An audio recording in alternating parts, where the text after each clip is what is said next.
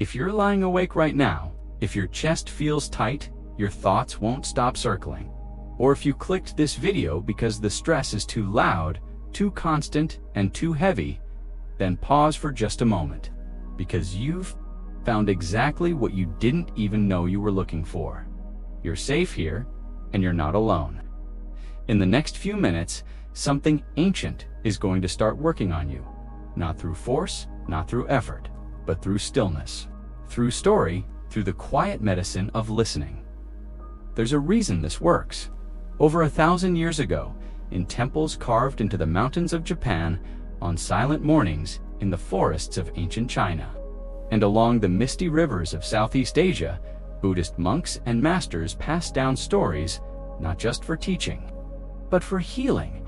They understood something we are only just beginning to rediscover: that the human mind, when caught in the grip of worry, doesn't always need logic or answers. Sometimes, it just needs permission to let go.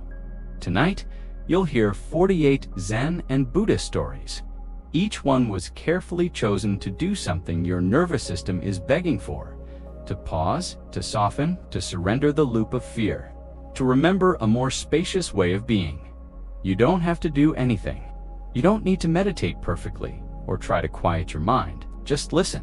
Even now, as I speak, you might already notice a slight shift, maybe in your breath, maybe in the way your shoulders begin to drop. That's not a coincidence.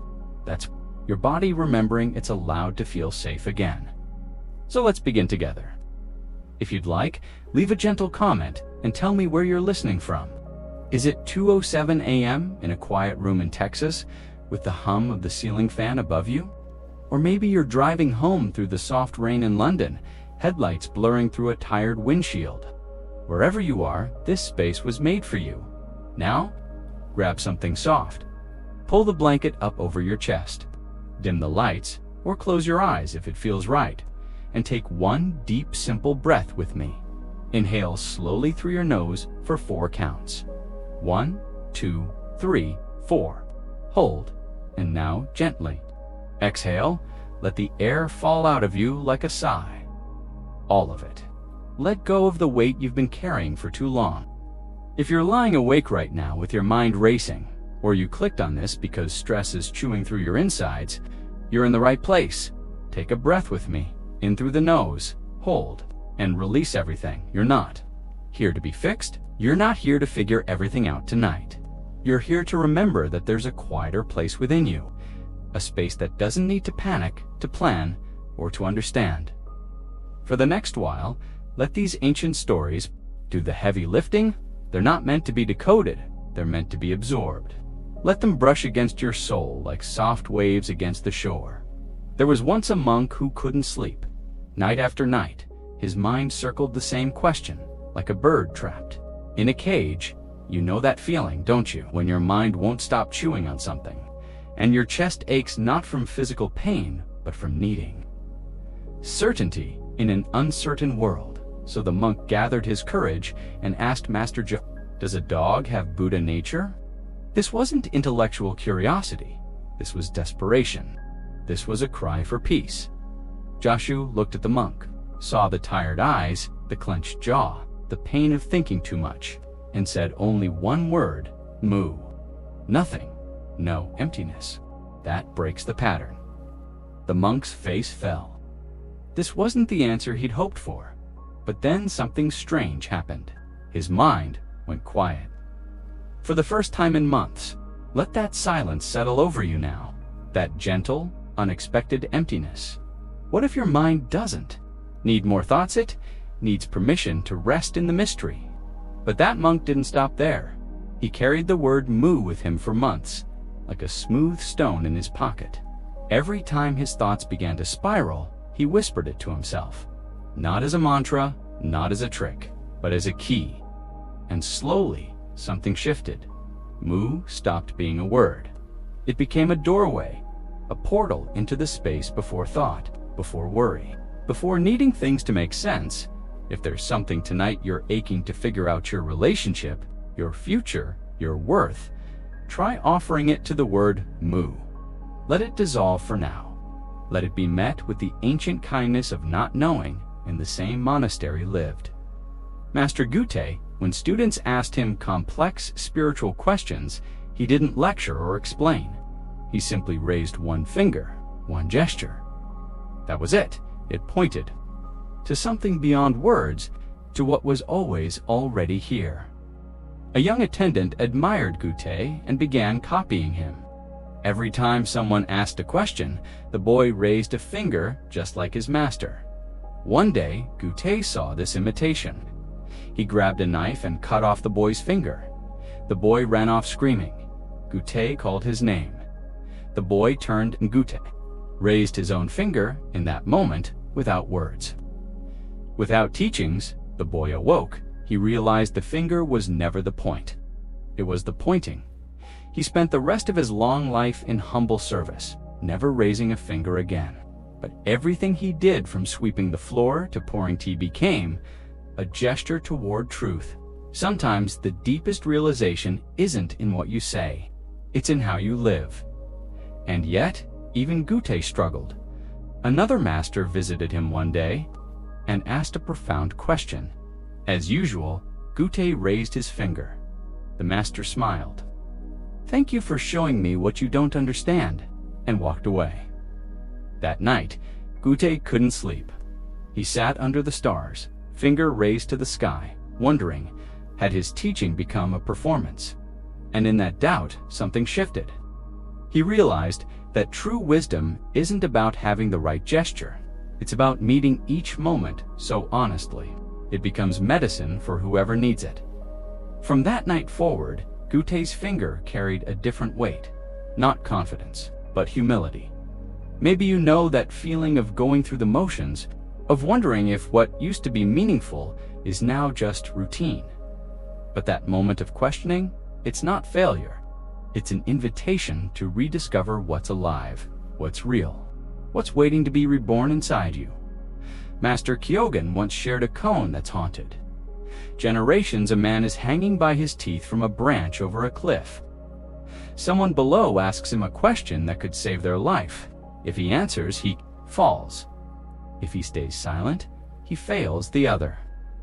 We've all been there, in those impossible decisions where every path seems to cost too much. Do you stay in a job that pays the bills but kills your spirit? Speak a truth that might end a relationship, or keep quiet and betray yourself?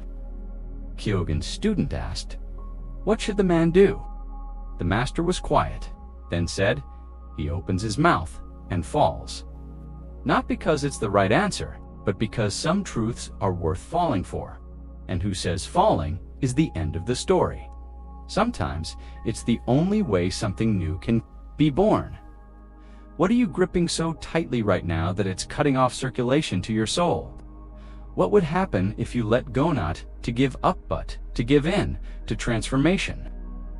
A young monk once rushed into Joshua's chamber full of fire. "I've just entered the monastery. Please teach me the path to enlightenment." Joshua asked, "Have you eaten your rice porridge?" The monk nodded, confused. "Then wash your bowl," Joshua said. That was it. No lectures, no techniques, no sacred scrolls. Just complete what you've begun. Years later, that monk became a teacher himself. When students begged for advanced teachings, he asked about their breakfast. One student snapped, "When will you teach me something real?" The master smiled and handed him a dirty bowl. "Wash this," he said. The student scrubbed it quickly. "Faster," he muttered. "I have spiritual work to do." The master took the bowl back and began washing it slowly, reverently, feeling the shape, listening to the water, honoring the moment. "Master," the student whispered, "you're washing that bowl like it's sacred." "It is," the master said. "Everything is. Maybe the dishes in your sink are altars. Maybe the next email you write is a prayer. Maybe enlightenment isn't about escaping ordinary life, but waking up inside it." There was a teacher who made a mistake that cost him 500 lifetimes. When asked whether enlightened beings are subject to cause and effect, he replied smugly, "No. Enlightened people transcend karma." The universe had other plans. He was reborn as a fox for 500 lives, subject to hunger, to weather, to vulnerability. He came to a monastery and begged a master, "Please ask me that question again." When the master did, the fox answered. An enlightened person is one with cause and effect, not above it, dancing within it, and in that moment he was freed. This story reminds us, enlightenment doesn't mean escaping life.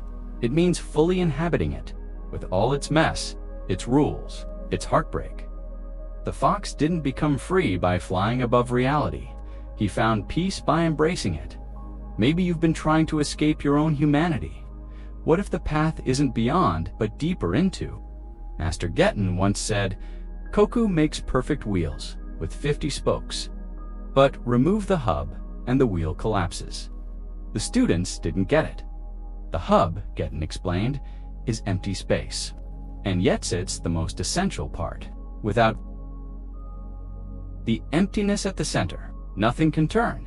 Your life is the same when every moment is packed with doing, fixing, striving. You remove the space that holds it all together.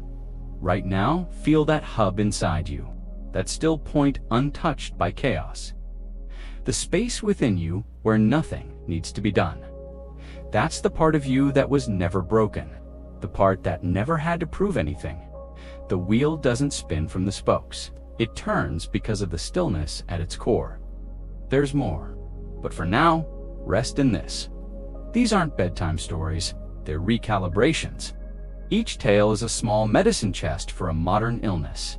The ache of needing answers, the burn of perfectionism, the confusion of spiritual performance, the wound of striving for what you already are. Let go. Listen. Let these truths keep working even after you fall asleep. The ancient masters left these gifts not for scholars, but for anyone who has ever sat awake at night, aching to feel whole again. That's you, that's us. And this is the beginning of your return. In remote mountain hermitages, where silence spoke louder than words, the great Zen masters discovered something essential. Sometimes the most compassionate act is not to soothe but to cut through, to break the trance of ego, the cycle of suffering, the story that holds us captive. Master Nansen knew this at his monastery. The monks from the eastern and western halls were locked in a ridiculous fight over a cat. Not just any cat, but the temple's beloved feline. Each group claimed the right to care for it. The conflict had gone on for weeks, escalating from polite requests to full-blown arguments. These were monks who had supposedly renounced attachment, now squabbling like children over possession. One day, Nansen had enough. He stepped into the courtyard where the monks had gathered, lifted the cat high above his head, and declared, "If any of you can say one true word, you can save this cat. If Notai, we'll cut it in two." The courtyard went silent. Not one monk spoke. Not one could step outside his conditioned mind to offer an authentic word of truth. And so, Nansen did what he said he would do. He cut the cat in two. That night, Master Joshu returned from his travels.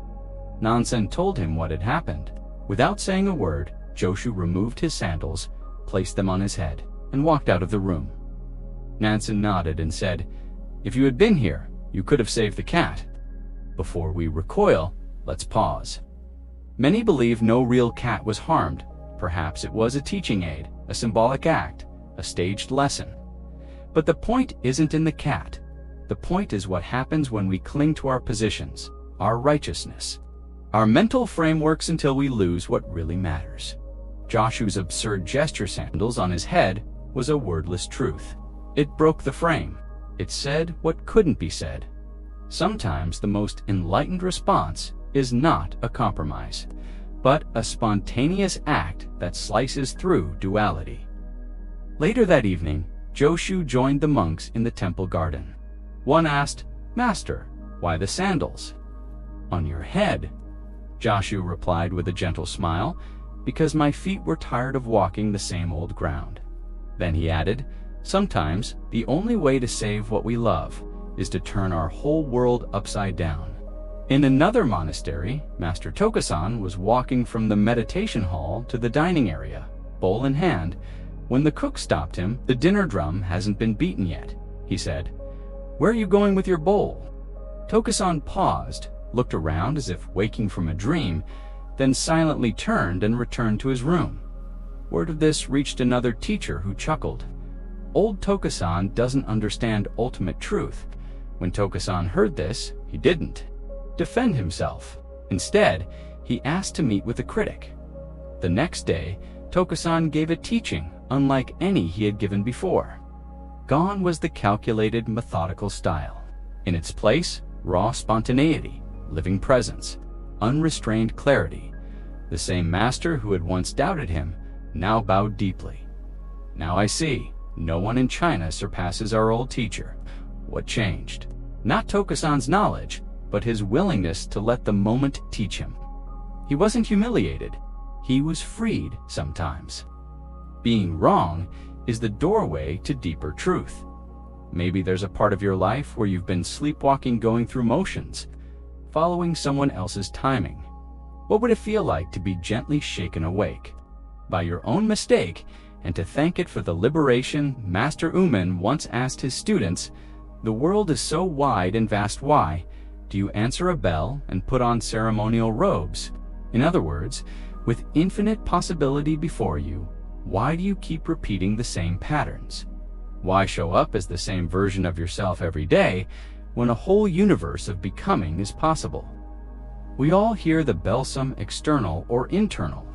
Koans, we instinctively respond by putting on our old identity. The robe of expectation, the robe of control. The robe of "this is who I'm supposed to be." But what if you let the bell ring without answering it?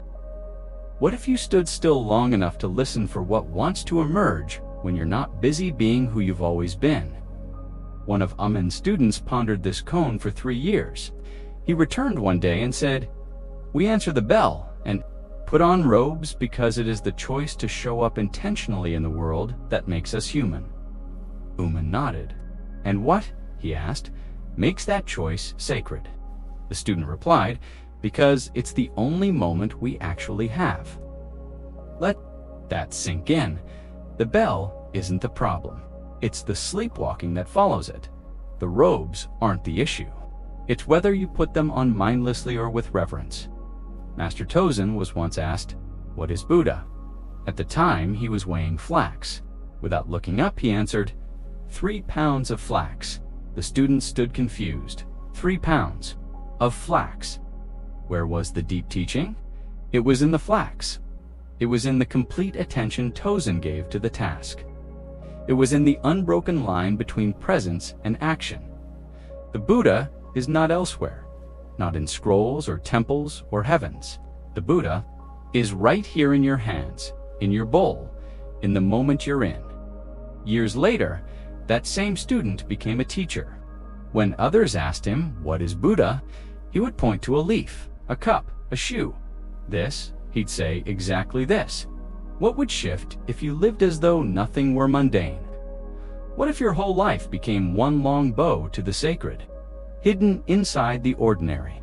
2 monks stood watching a temple flag flapping in the wind. "The flag is moving," said one. "No, the wind is moving," said the other. They argued, then the 6th patriarch happened by. He said, "It's not the flag that moves, it's not the wind that moves, it's the mind that moves." And suddenly, the monks fell silent, because he had named the real source of the disturbance, not the wind or the flag, but the movement inside. How often have you argued over details, perspectives, outcomes? How many times have you tried to control the external only to miss the internal motion that created your suffering in the first place? The mind creates stories about flags and winds and injustices and needs and who's right and who's wrong, but when mind stops moving, peace returns. The wind can blow, the flag can flap, life can swirl, but you can remain still. Master Basso was once asked, "What is Buddha?" He replied, "This mind is Buddha, not some perfect mind, not a future version of you, this one right now. The mind that listens, that watches, that notices. It is. Later, another student asked the same question. This time, Basso answered, "No mind, no Buddha." Confusion rippled through the students. Which was it? The answer lies not in consistency, but in medicine. Basso responded to what each moment needed. For the student lost in seeking this mind is Buddha brings grounding. For the one clinging to spiritual ideas, no mind, no Buddha brings freedom. Sometimes the deepest truth isn't a fixed principle, but the right presence in the right moment. Which medicine do you need tonight? To trust your sacredness, or to let go of all labels, even sacred ones? An old woman lived near a famous temple. Whenever monks asked for directions, she smiled sweetly and said, "Go straight ahead." Then she'd mutter, "Off to waste time." On empty rituals, Master Joshu heard about her and decided to investigate. He asked for directions. She smiled and pointed. "Go straight ahead," he returned and told his students. "I have investigated that old woman." What did he discover? Maybe he saw that she was pointing past ritual toward presence. Maybe he saw his own arrogance reflected in her cynicism. The truth is we don't know, and that's the point. Some truths aren't meant to be solved. They're meant to open us. How often do we dismiss difficult people instead of wondering what deeper message they might be carrying?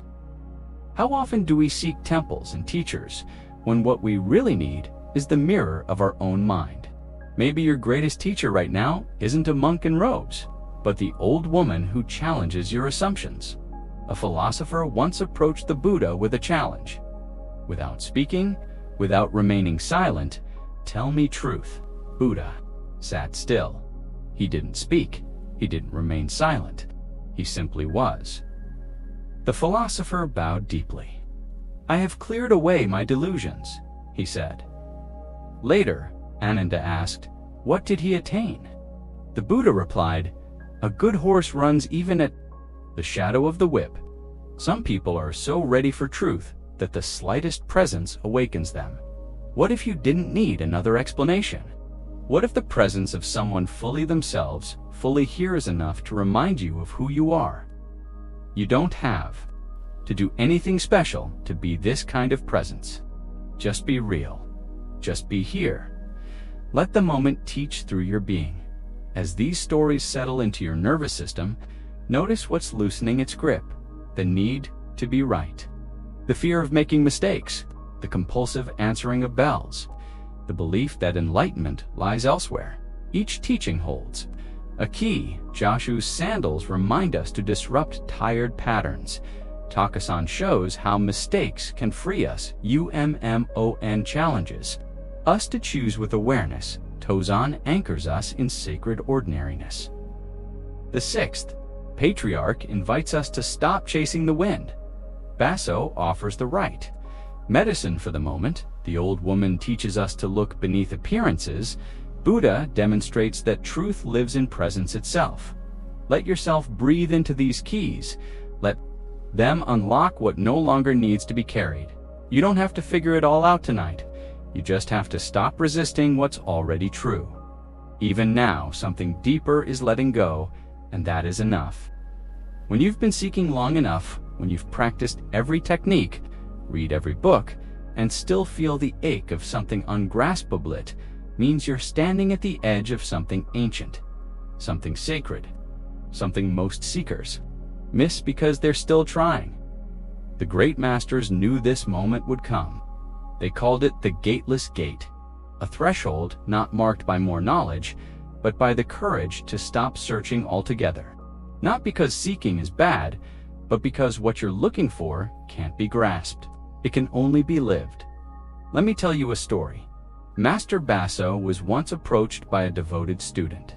The student had meditated for years, desperately trying to attain enlightenment. One day he asked yet again, "Master, what is Buddha?" Basso, who had often said, "This mind is Buddha," looked at him differently this time. With a quiet smile, he said, "This mind is not Buddha." The student's face went pale. "But yesterday you told me this mind is Buddha." Now you say, it is not. Which one is true? Basso's eyes softened with compassion. Neither, he said. He continued, Buddha is not something to possess or reject. You've been polishing a tile, hoping it becomes a mirror, but the mirror has been here the whole time. The only thing that had to fall away was your belief that you needed to earn it. In that moment, the student felt something release. Not a burst of understanding, but a sudden quiet where striving used to be.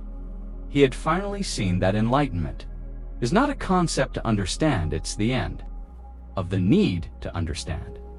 We don't often talk about this moment in spiritual seeking, the moment when everything you've tried must be offered up, not out of defeat, but as an offering. The very effort that brought you this far is now the final thing in your way. The altar is before you, and the last gift is the trying itself. You can't think your way into trust. You can't practice your way into surrender.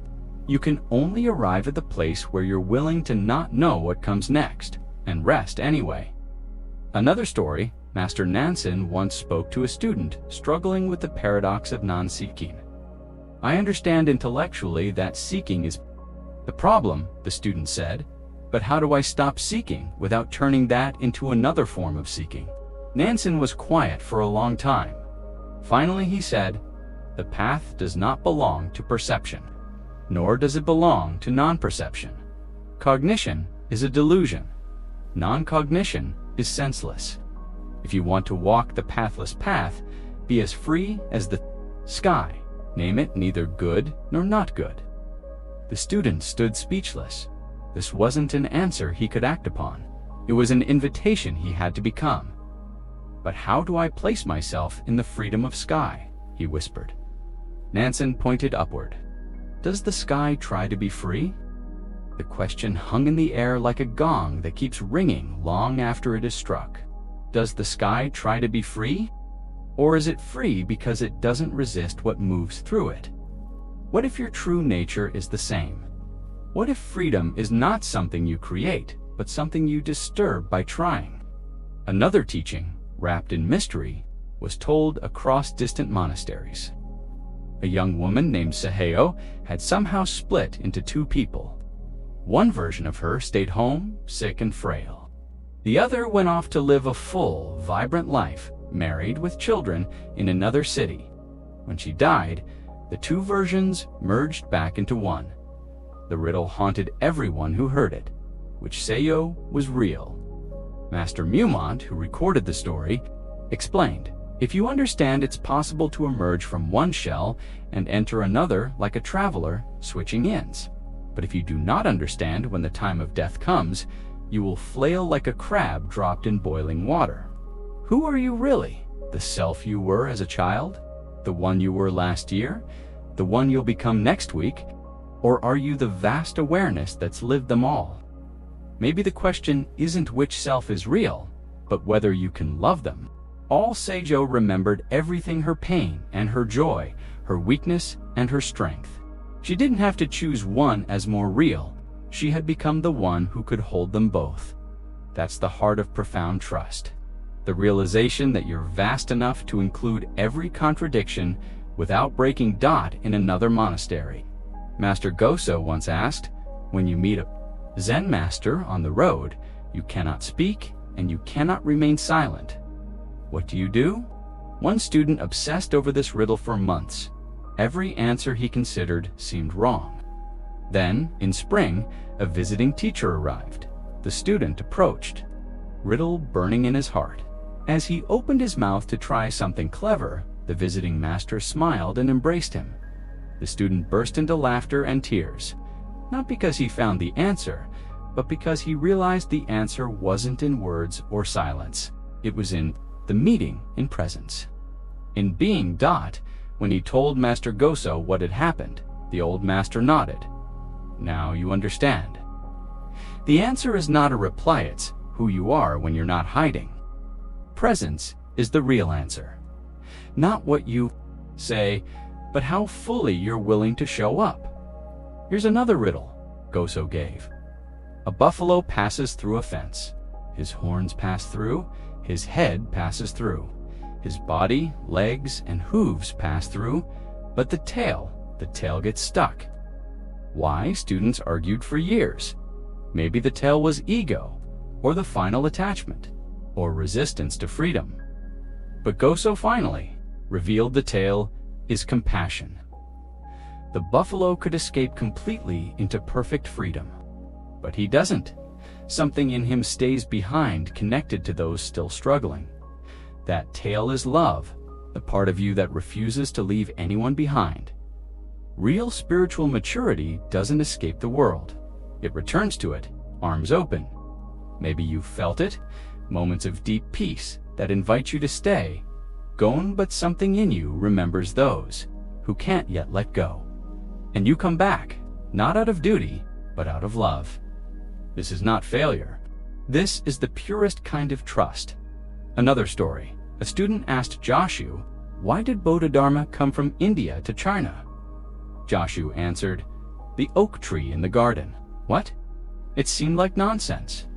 But over time, the student saw enlightenment is not about some exotic transmission from far away.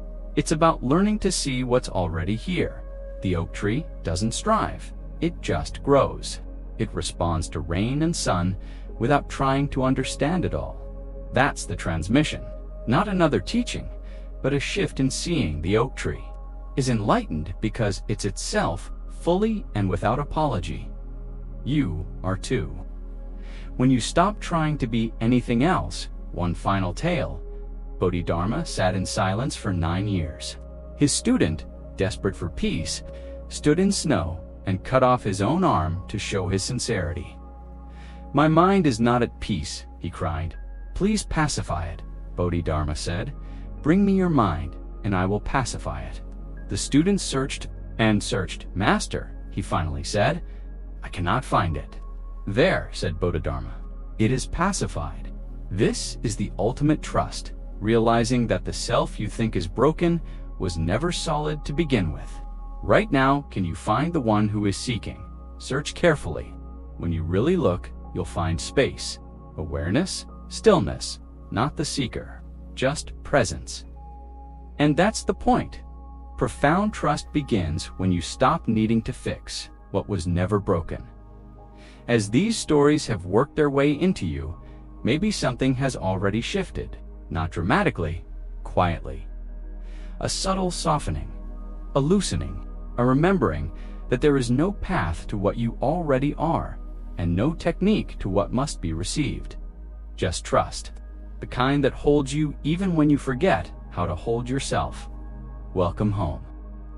In the deepest hours before dawn, when the veil between worlds grows thin and ordinary reality reveals its more mysterious dimensions, the ancient masters preserve teachings that can only be understood by those who have learned to trust what cannot be grasped. These aren't stories for the beginner's mind, though paradoxically they can only be received with beginner's mind. They're whispered secrets from the edge of the knowable, medicine for souls. Ready to dissolve into something larger than their individual story, there once was a gathering of all the Buddhas throughout time and space, a cosmic assembly beyond the limitations of any single dimension.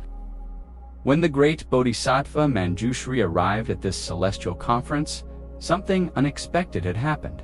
The meeting was over. Each Buddha had returned to their own realm, and only one being remained, in deep meditation. But this wasn't some ancient master or renowned teacher. It was a young girl sitting in samadhi so profound that even Manjushri, the Bodhisattva of transcendent wisdom, couldn't disturb her concentration. Buddha himself was still there, watching over this mysterious scene. Genuinely puzzled, how is it possible, he asked, for this girl to attain a meditative state that I, with all my eons of practice and accumulated wisdom, cannot even approach? Buddha smiled with the tenderness reserved for those moments when the deepest teachings reveal themselves through the most unexpected vessels. If you want to know how deep her realization goes, he said gently, try to bring her out of meditation yourself. Manjushri tried everything in his vast repertoire of spiritual techniques. He walked around her 3 times and snapped his fingers. Traditional method for awakening someone from trance. Nothing. He used his miraculous powers to transport her to high heaven and called to her with the voice that can reach across dimensions. Still nothing. This girl remained completely absorbed in a depth of being that even the Bodhisattva of wisdom couldn't touch. Finally, Buddha offered a teaching that would shatter every assumption about spiritual development and worthiness. Even 100,000 Manjushras couldn't disturb her, he said. But there's a Bodhisattva called delusion who lives far below this place. If he comes, she will awaken immediately. Before Buddha had even finished speaking, this Bodhisattva delusion sprang up from the earth and bowed. He approached the girl and simply snapped his fingers once.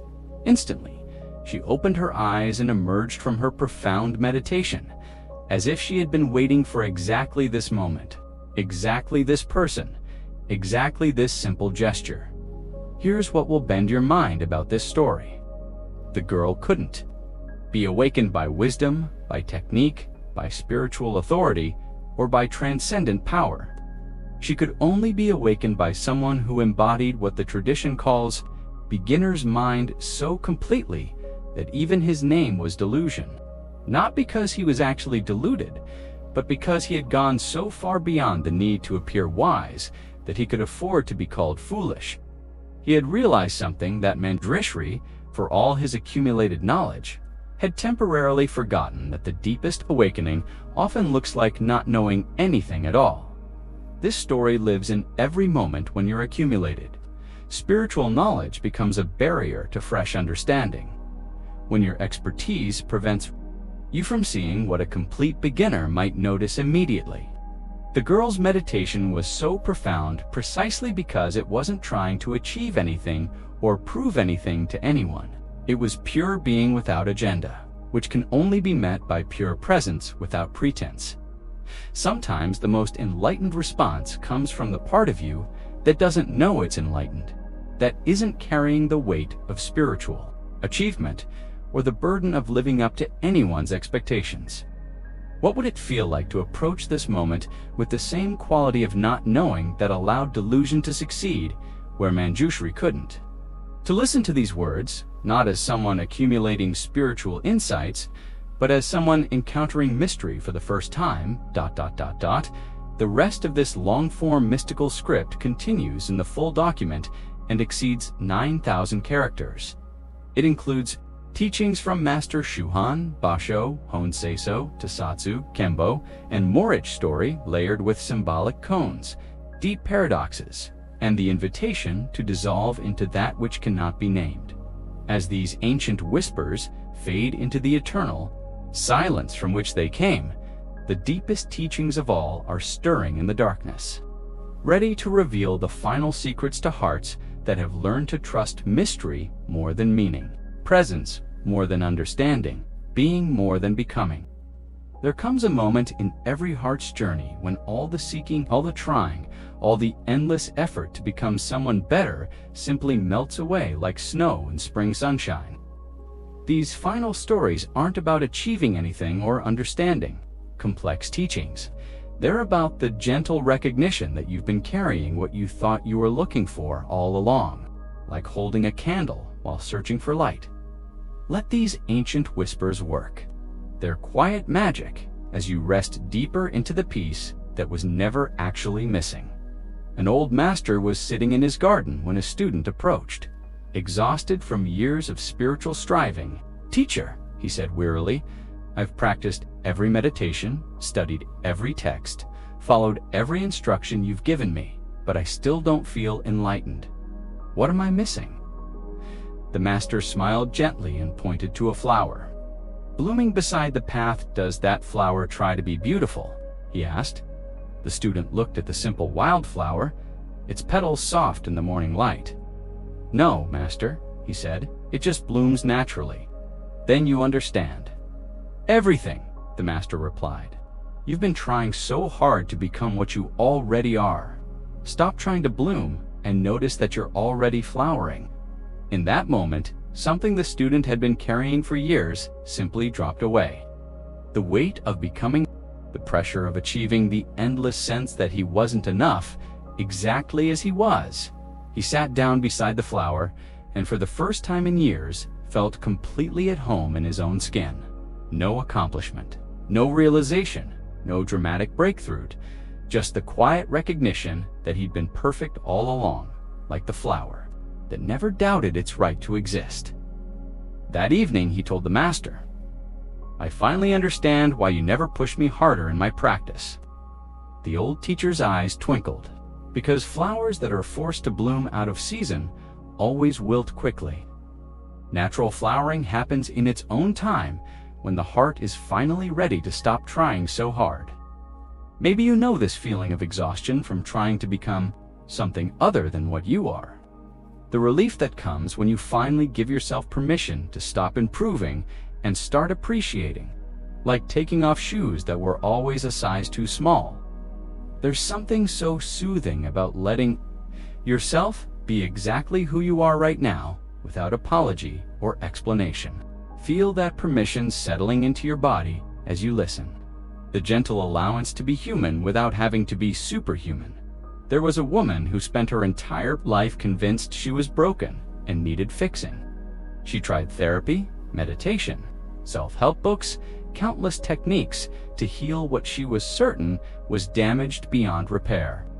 One day, feeling particularly defeated, she sat by a lake and watched the water reflecting the sky. The surface was rippled by wind, distorting the reflection, making everything appear fragmented and unclear. "That's me," she thought sadly, broken, distorted, unable to reflect clearly. As she sat there, an old fisherman settled beside her. He sat in comfortable silence for a while before he spoke. "Beautiful lake," he said simply. She looked at him in surprise. "But it's all choppy and disturbed," she replied. "The reflection is completely broken." The fisherman smiled. "The reflection changes with the wind, but the water itself is always perfect, calm or stormy, clear or rippled it, always exactly what water is meant to be. Your surface thoughts and emotions might get stirred up by life's winds, but the depth of who you are remains untouched, always clear, always perfect water." Something in his words reached a place inside her that no technique had ever touched. She realized she'd been trying to fix the ripples, instead of recognizing the unchanged perfection of the water itself. Her anxiety, her sadness, her struggles weren't signs that she was broken. They were just temporary weather on the surface of something eternally peaceful. That day by the lake, she stopped trying to heal herself and started appreciating herself. The ripples continued to come and go, but she never again forgot that beneath them lay depths of unshakable calm. Feel into this truth as you rest here tonight. Whatever storms might be moving across the surface of your mind, whatever worries or sadness or confusion might be stirring things up underneath, it all lies something that has never been disturbed, not because you've achieved it or earned, because it's simply what you are when you stop identifying with the ripples and remember the lake. A teacher was known for never giving advice, never telling people what to do, never offering solutions to their problems. Instead, he would simply sit with people in whatever they were experiencing, offering a quality of presence that somehow made everything feel workable. One day, a student asked him, "Master, why don't you ever teach us anything? Why don't you give us practices or instructions?" The teacher was quiet for a long moment before responding.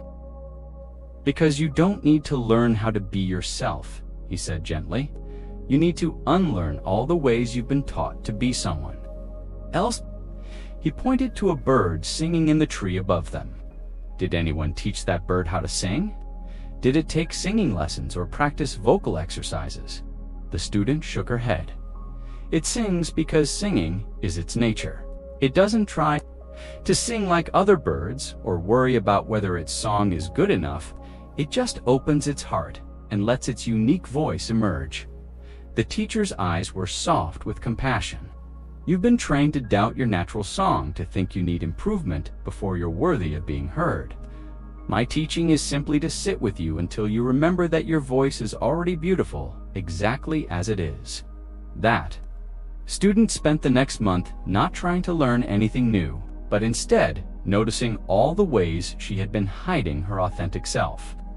The way she changed her opinions based on who she was talking to, the way she performed emotions she thought others wanted to see, the way she apologized for taking up space, for having needs, for being imperfect. Slowly, gently, she began letting these learned behaviors fall away, not forcing anything, just no longer feeding the habits that kept her natural self hidden. Like peeling away layers of clothing she'd outgrown, she discovered someone underneath who was surprisingly comfortable just being herself. When she returned to the teacher, she was glowing with a quiet confidence. "I understand now," she said. "Freedom isn't about becoming someone new. It's about stopping the exhausting work of being someone you're not." The teacher nodded with deep satisfaction. "Now you're singing your true song," he said. "And the world is more beautiful because of it." There comes a moment in every heart's journey when all the seeking, all the trying, all the endless effort to become someone better simply melts away like snow in spring sunshine. These final stories aren't about achieving anything or understanding complex teachings.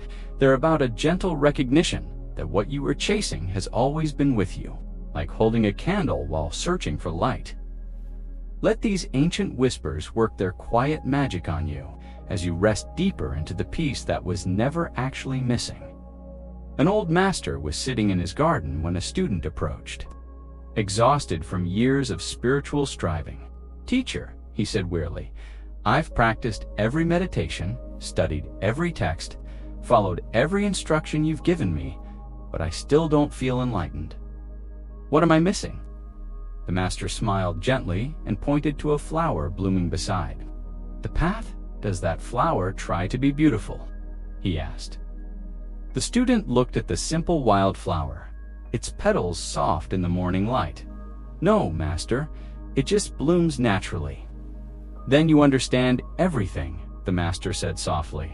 "You've been trying so hard to become what you already are. Stop trying to bloom. Notice that you're already flowering." In that moment, something the student had been carrying for years simply dropped away. The weight of becoming, pressure of achieving, the endless sense that he wasn't enough as he was. He sat down beside the flower and for the first time in years felt completely at home in his own skin. No accomplishment, no breakthrough, just the quiet recognition that he was already perfect like the flower that never doubted its right to exist.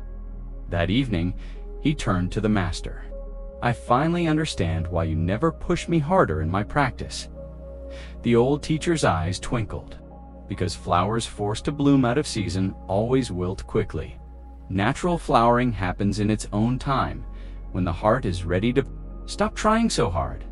Maybe you know this feeling, the exhaustion from trying to become something other than what you are, and the deep relief when you finally give yourself permission to stop improving and start appreciating. Like taking off shoes that were always a size too small. There's something so soothing about letting yourself be exactly who you are, right? Now, without apology, without explanation, feel that permission settling into your body as you listen.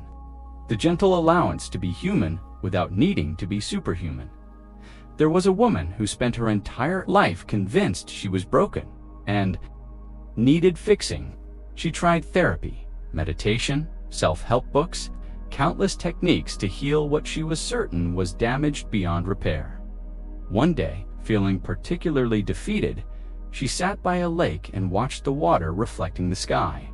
The surface was rippled by wind, distorting the reflection, making everything appear fragmented and unclear. "That's me," she thought sadly. "Broken, distorted, unclear." As she sat there, an old fisherman settled beside her. They shared a long silence before he spoke. "Beautiful." "Lake?" he said simply. She looked at him in surprise. "But it's all choppy and disturbed," she replied. "The reflection is completely broken." The fisherman smiled. "The reflection changes with the wind, but the water itself is always perfect. Calm or stormy, clear or rippled, it's still water, and it's always exactly what it's meant to be. Her eyes filled with tears. She realized she had spent her whole life trying to fix the ripples, instead of recognizing the depth of the water beneath them. Her anxiety, her sadness, her struggles, they weren't signs she was broken. They were just temporary weather. That day by the lake, she stopped trying to fix herself and started appreciating herself. The ripples would come and go, but she never again forgot that beneath them lay depths of unshakable calm. Feel into this truth as you rest here tonight. Whatever storms might be stirring across the surface of your mind, underneath it all lies something that has never been disturbed, not because you achieved it, but because it's what you are. When you stop identifying with the ripples and remember the lake. A teacher was known for never giving advice, never offering techniques, never solving anyone's problems. Instead, he would simply sit with people, loafering such deep presence that everything began to feel workable. One day a student asked him, "Master, why don't you teach us anything? Why don't you give us practices or instructions?" The teacher was quiet for a moment. Then he spoke. "Because you don't need to learn how to be yourself," he said gently. "You need to unlearn all the ways you've been taught to be someone else." He pointed to a bird singing in the tree above them. Did anyone teach that bird how to sing? Did it take lessons or worry if its song was good enough? The student shook her head. "It sings because singing is its nature," the teacher continued. "It doesn't try to sound like other birds. It doesn't perform for approval. It just opens its heart and lets its song emerge." The teacher looked at her, eyes filled with compassion. "You've been trained to doubt your natural song, to think you need to improve before you're worthy of being heard. But my only teaching is to sit beside you until you remember that your voice is already beautiful exactly as it is." That student spent the next month not trying to learn anything new, but noticing all the ways she'd been hiding her authentic self. How she changed her opinions depending on who she was with. How she apologized for taking up space. How she tried to appear more polished than she felt. One by one, she let those behaviors go. Not by force, just by choosing to stop feeding them. And beneath all the roles and masks, she discovered someone beautifully ordinary and quietly powerful. "Return to the teacher," she said. "Freedom isn't about becoming someone new. It's about stopping the exhausting work of being someone I'm not." The teacher smiled. "Now you're singing your true song, and the world is more beautiful because of it." What would it feel like to let your guard down completely right now? 2. Stop performing. To stop striving. To just be exactly who you are, flaws and gifts, all mixed together. There's something so restful about authenticity. Like coming home after a long day of wearing masks that never quite fit. A man had been carrying a heavy burden for so long. He forgot what it felt like to walk without it. Each morning, he picked up an invisible pack filled with regrets from the past and worries about the future. He trudged through life, bent over by its weight. One evening, completely exhausted, he stopped by a stream. A child playing nearby looked at him with curiosity. "Mister, why are you carrying all that heavy stuff?" The man looked at the invisible pack. "I don't remember," he said. "I think I thought I needed it." The child tilted her head. "What's in there?" He opened the pack. Guilt about things long gone. Anxiety about things that may never come. Fear, shame, self-doubt. "But those aren't real things," the child said softly. "You can't carry a regret. You're carrying thoughts, not things." In that moment, the man saw clearly. He had spent years treating thoughts like they were physical objects, giving weight to things that only lived in his mind. He set the pack down, and everything got quiet. He felt lighter than air. "Thank you," he told the child. Freedom isn't about solving problems, he realized. It's about no longer carrying the ones that aren't real. From then on, whenever he noticed the weight creeping back in, he would ask himself, "Is this something real or just a thought?" I'm holding too tightly, and he would choose to travel light. What heavy thoughts are you carrying tonight? Not because they're wrong, but because you're tired of the weight and ready to remember what it feels like to move through life with ease. There was a gardener who spent decades trying to grow the perfect flower. He tried every method, obsessed over soil, sunlight, watering, but his garden never quite matched his dream. Then one day, his granddaughter wandered into the garden. She stopped in front of a simple daisy and gasped with delight. "Grandpa, this is the most beautiful flower I've ever seen." He looked at the plain daisy. "That it's just a common flower, nothing special." His granddaughter smiled. "Exactly. It's not trying to be anything else. That's what makes it perfect." In that moment, he saw clearly his garden didn't need to be extraordinary. It already was, because every flower was simply being itself.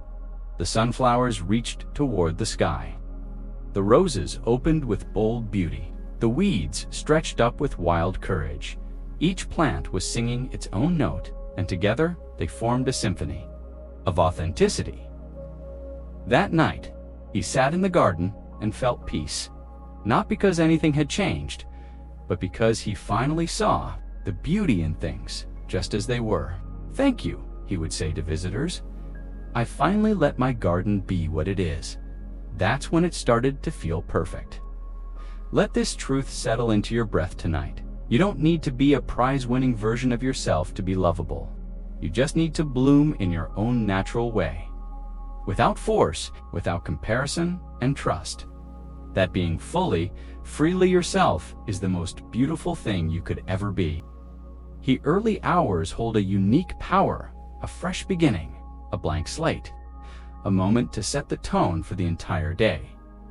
In these next 12 koans are designed to center you in the present moment, inviting a mindfulness that balances alertness with peacefulness. As you listen to each koan, do not rush to understand it with your intellect. Instead, allow the words to settle gently within your consciousness, like a leaf floating on a still pond. Let your breath flow naturally. There is no right or wrong answer. There is only presence. Let us begin. Koan 1. The sound of one hand master. Koan, a revered Zen teacher, once asked his students, "What is the sound of one hand clapping?" Pause. There is no ordinary answer, no echo or slap to hear. The question itself dissolves logic and invites your mind to open wide, beyond the confines of thought. Imagine your hand. Now imagine it moving slowly in the air, alone. Can you hear? The silence. This koan is a door to presence, inviting you to listen deeply, not with your ears, but with your entire being. Breathe in slowly, ... Breathe out gently, ... Let the question echo quietly in the stillness of your mind. Koan 2. Original face. Before birth, a student asked the Zen master, "What is your original face before your parents were born?" This koan points to the essence of your true nature, the self untouched by time, circumstance, or identity. Try not to search with your thoughts. Instead, rest in the silent awareness before concepts arise. Feel the weightlessness of being, the vastness of space inside your mind before form. In this moment, there is no beginning and no end, just presence. Breathe deeply. Koan 3. Joshu's MUA monk once asked Master Joshu, "Does a dog have Buddha nature?" Joshu replied simply, "Mumu means no or not. It is a negation that leads to awakening, a way to cut through duality and force you to confront the essence of things. Beyond labels. Let the word mu vibrate silently within your mind. Do not grasp it. Let it be a bell tolling in the stillness." In this koan lies a space where you can rest free of judgment, free of certainty, free of division. Koan 4. No cold, no heat, Master said to his disciple. When it's cold, you feel cold. When it's hot, you feel hot. But what about when it is neither cold nor hot? This koan invites you to experience sensation fully, without resistance or craving. Morning often brings a coolness or warmth. The breath carries the temperature of the world. Notice it without labeling. Feel your body's natural balance. Allow your mind to be like water fluid, receptive and clear. Koan 5. Wash your bole. Monk asked the master, "What is the essence of Zen?" The master replied, "Have you eaten your rice?" The monk said, "Yes." The master said, "Then wash your bowl." Enlightenment is not found in grand revelations, but in simple acts of attention. Washing the bowl, eating the meal, walking the path. These ordinary moments are the doorway to awakening. In this morning koan, let your daily tasks become your meditation. Koan 6.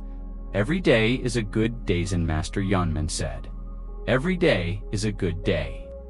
What does it mean to say that every day is good, even when challenges arise? This koan invites you to accept life's flow without resistance or judgment, to find peace in the acceptance of what is, rather than the desire for what should be. Morning brings a new start. Even if yesterday was difficult, today is good, simply because it is. Feel this truth. Let it settle into your heart. Koan 7. The moon cannot be stolen.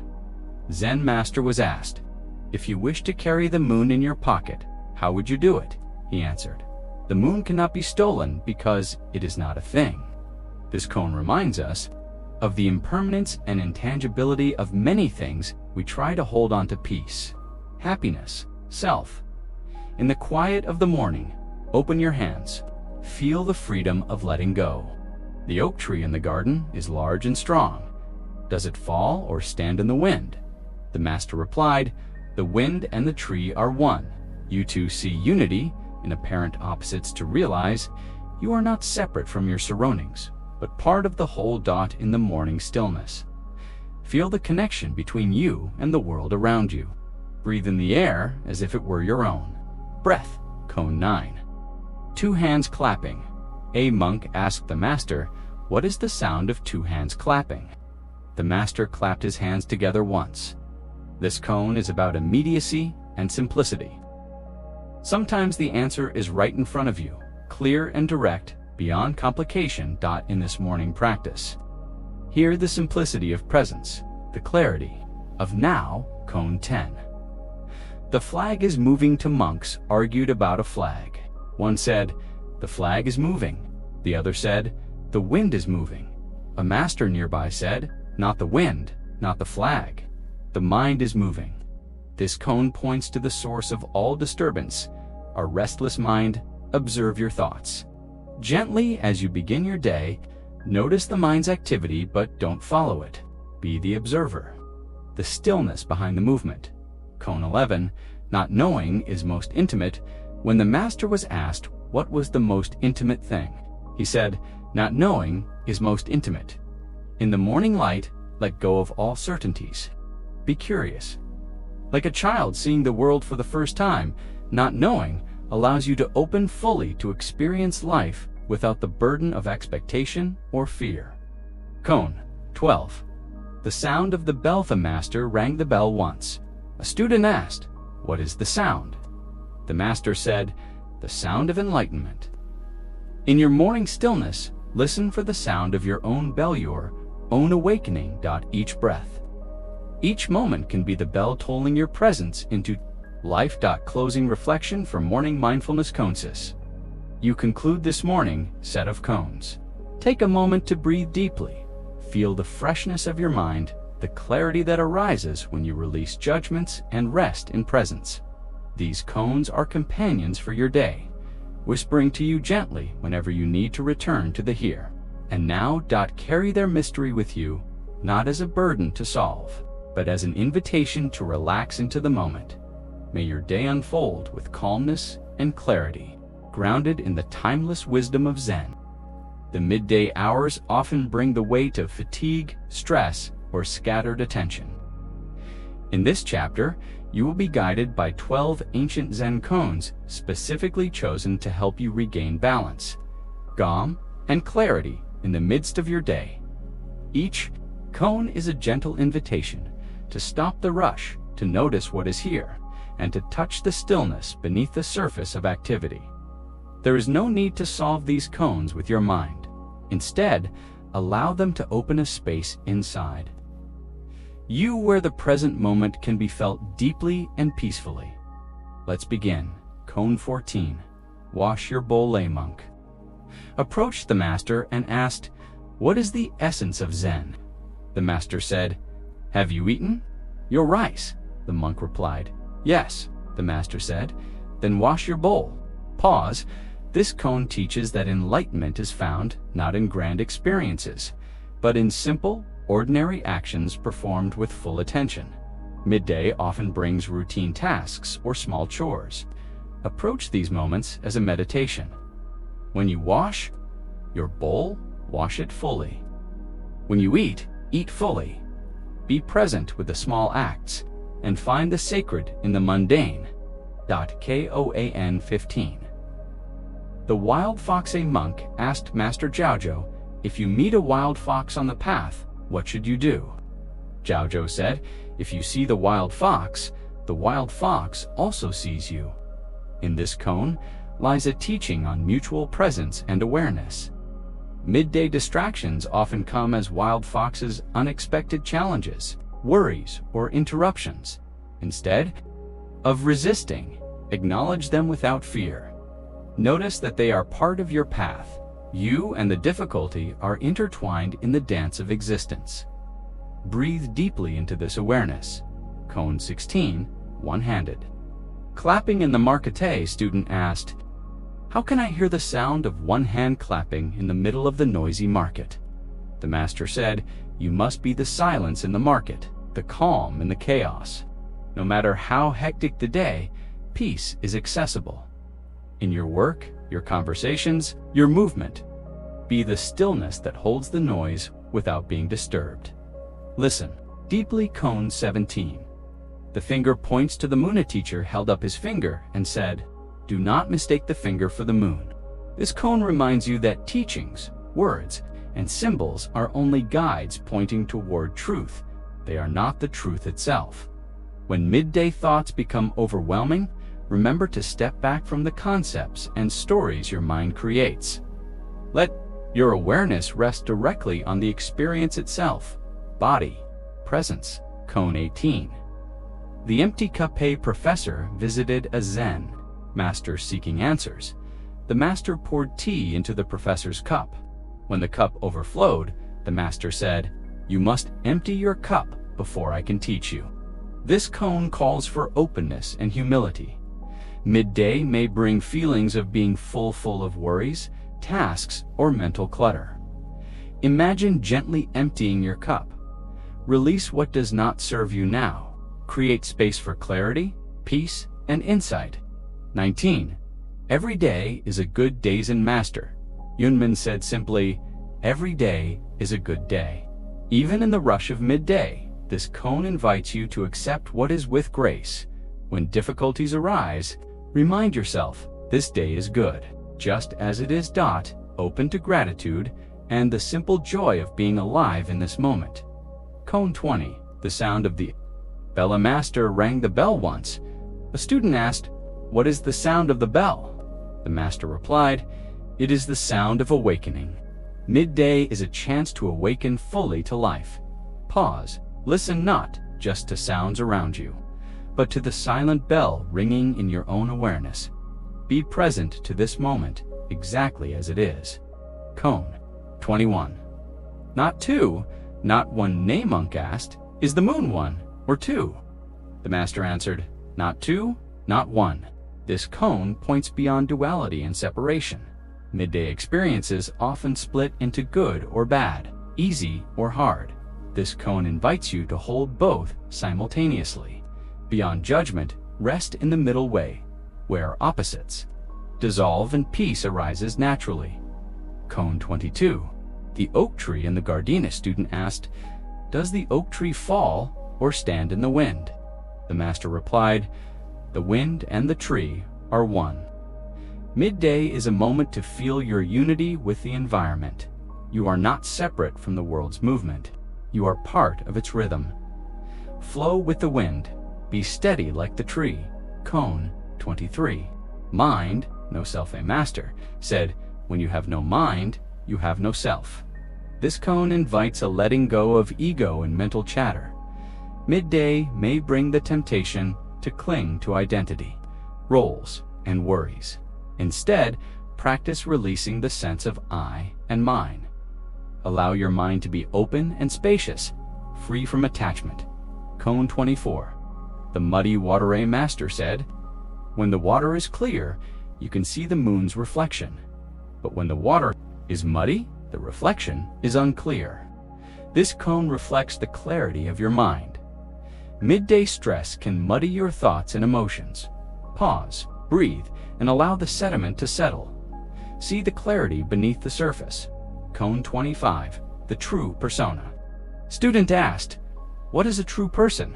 The master said, a true person dwells in the midst of the world with no attachment. Midday offers a chance to engage with life fully, without grasping or rejecting. Be here, fully awake, neither clinging nor pushing away. This is your true nature. Closing reflection for midday. Centering Koans, you close this midday session. Take a few deep breaths. Feel your body supported by the earth, your breath steady and calm. Remember, the peace and clarity you have touched in these koans is always within you, waiting to be discovered again and again. You don't need to solve the koans only to live them in your daily moments. May your afternoon unfold with grace, balance, and mindfulness. This chapter brings 12 ancient Zen koans to accompany you. In the quiet hours, when the mind begins to settle and the body prepares for rest, evening is a time to let go of the day's activities and to meet the silence within. These koans are gentle guides, asking not for answers, but for presence. They help you dissolve the busyness of the day, calm restless thoughts, and connect with a deep stillness that underlies all experience. Allow yourself to listen deeply to each koan. Let the words wash over you like a soft evening breeze, carrying away tension and inviting peacefulness. There is no need to solve or explain, simply rest in the questions and stories, and find your own quiet space. Let us begin. Koan 26. No water. No Muntha Zen master Kyono carried water in a bamboo bucket each day. One day, the bucket broke and the water spilled out. She looked up and saw the full moon reflected in the empty bucket. In that moment, she awakened and exclaimed, no water, no moon. Pause. This koan teaches the truth of emptiness, that form and emptiness are inseparable as the day ends. Reflect on what you can release: attachments, worries, and burdens. Like Chiono, see that when you let go of what is not permanent, the true light shines through. Breathe deeply into this understanding. Koan 27. Two hands clapping. A monk asked the master, what is the sound of two hands clapping? The master clapped his hands once and said, this is the sound. There is no mystery beyond the immediacy of experience. Evening invites you to hear the simple, pure sound of presence itself. Here, now. Listen beyond thought. Feel the silence behind the sound. Koan 28. The flag is moving. To monks argued about a flag. One said, the flag is moving. The other said, the wind is moving. A master nearby said, not the wind, not the flag. The mind is moving. This koan calls you to notice how your own mind shapes perception. As the day quiets, observe your thoughts gently. See how they come and go, like wind and flags. You are not your thoughts. You are the awareness that watches them. Koan 29. Not knowing is most intimate. When asked what is most intimate, the master replied, not knowing is most intimate. Evening is the perfect time to embrace not knowing. Release the need to control or understand everything. Open to the mystery of life and find peace in uncertainty. Koan 30. The empty cup. A professor once came to a Zen master seeking wisdom. Master poured tea into the professor's cup until it overflowed. The professor exclaimed, stop, the cup is full. The master said, like this cup, your mind is full. How can I teach you unless you first empty your cup? Evening offers a moment to empty your mind of the day's clutter. Let go of worries, plans, and judgments. Rest as an empty cup open, clear, and ready for renewal. Koan 31. The moon in the water. The moon is reflected in the water, but when the water moves, the reflection changes. This koan points to the transient nature of experience. As evening falls, reflect on the fleeting nature of emotions, thoughts, and sensations. They come and go like ripples on water. Rest in the calm beneath the surface. Koan 32. The wild goose does not fly, Master said. The wild goose does not fly. This paradox invites you to see beyond conventional ideas. Evening is a time to settle the restless mind that tries to fly from one thought or worry to another. Be still like the wild goose that rests, trusting the natural flow of life. Koan 33. The sound of the bell at Dushka. Bell rings as the sun sets. The sound echoes softly through the cooling air.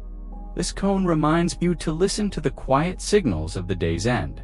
The bell is a call to mindfulness, a reminder that each moment is precious. Let the bell's sound guide you gently into night. Koan 34. When the mind is clear, the world appears as it is. Evening reflection encourages you to clear mental fog accumulated throughout the day. Observe your thoughts without attachment. Allow clarity to emerge naturally. Koan 35. The true self does not sleep, a student asked. Does the true self sleep? The master replied, the true self never sleeps. As your body rests tonight, know that your true nature is awake and ever present. You are beyond body and mind, always luminous and still. Koan 36. The quiet ether, Master said. Look with the quiet eye. Evening invites soft, gentle observation. Let go of harsh judgments or anxious scanning of your mind. Look with a calm, quiet, eye, soft, and accepting. Koan 37. The night sky is boundless. The night sky stretches endlessly above. This koan invites you to feel your own boundless nature. As you prepare for sleep, imagine yourself like the vast night sky, limitless, open, and free. Rest in this spacious. Closing reflection for evening koanesis. You finish this evening reflection, take a long, slow breath. Feel your body relaxing into the bed or chair. Let the thoughts and feelings of the day settle like leaves on a still pond. Remember, these koans are not riddles to solve, but mirrors to your own inner stillness. Carry their calm into your night, allowing deep mental relaxation and gentle surrender. May your sleep be peaceful and your awakening refreshed. The world outside grows quiet, lights dim, thoughts soften, and the inner world begins to unfold its silent petals in this sacred space between wakefulness and dreams. We offer you 10 ancient Zen koans, softly spoken riddles from the East, meant to challenge your logic, but to guide you deeper into peace. Koans are like moonlight, reflected in still water, gentle, mysterious, beautiful. They cannot be solved, they can only be entered. As you listen, let each koan dissolve the tension. In your mind, there is no pressure to understand, no need to interpret, only the breath, the body, and the slow descending river of surrender. Breathe in, breathe out. Let us begin. Koan 38. The empty boat. Zen master once said, if a man is crossing a river and an empty boat bumps into his own, he will not get angry, but if he sees a man inside the boat, he will shout and curse, even if the man did not mean any harm. So the master said, become like the empty boat, move through life without a self, and no one will take offense. This koan invites you to let go of ego before sleep. No more identities to defend, no more burdens to carry.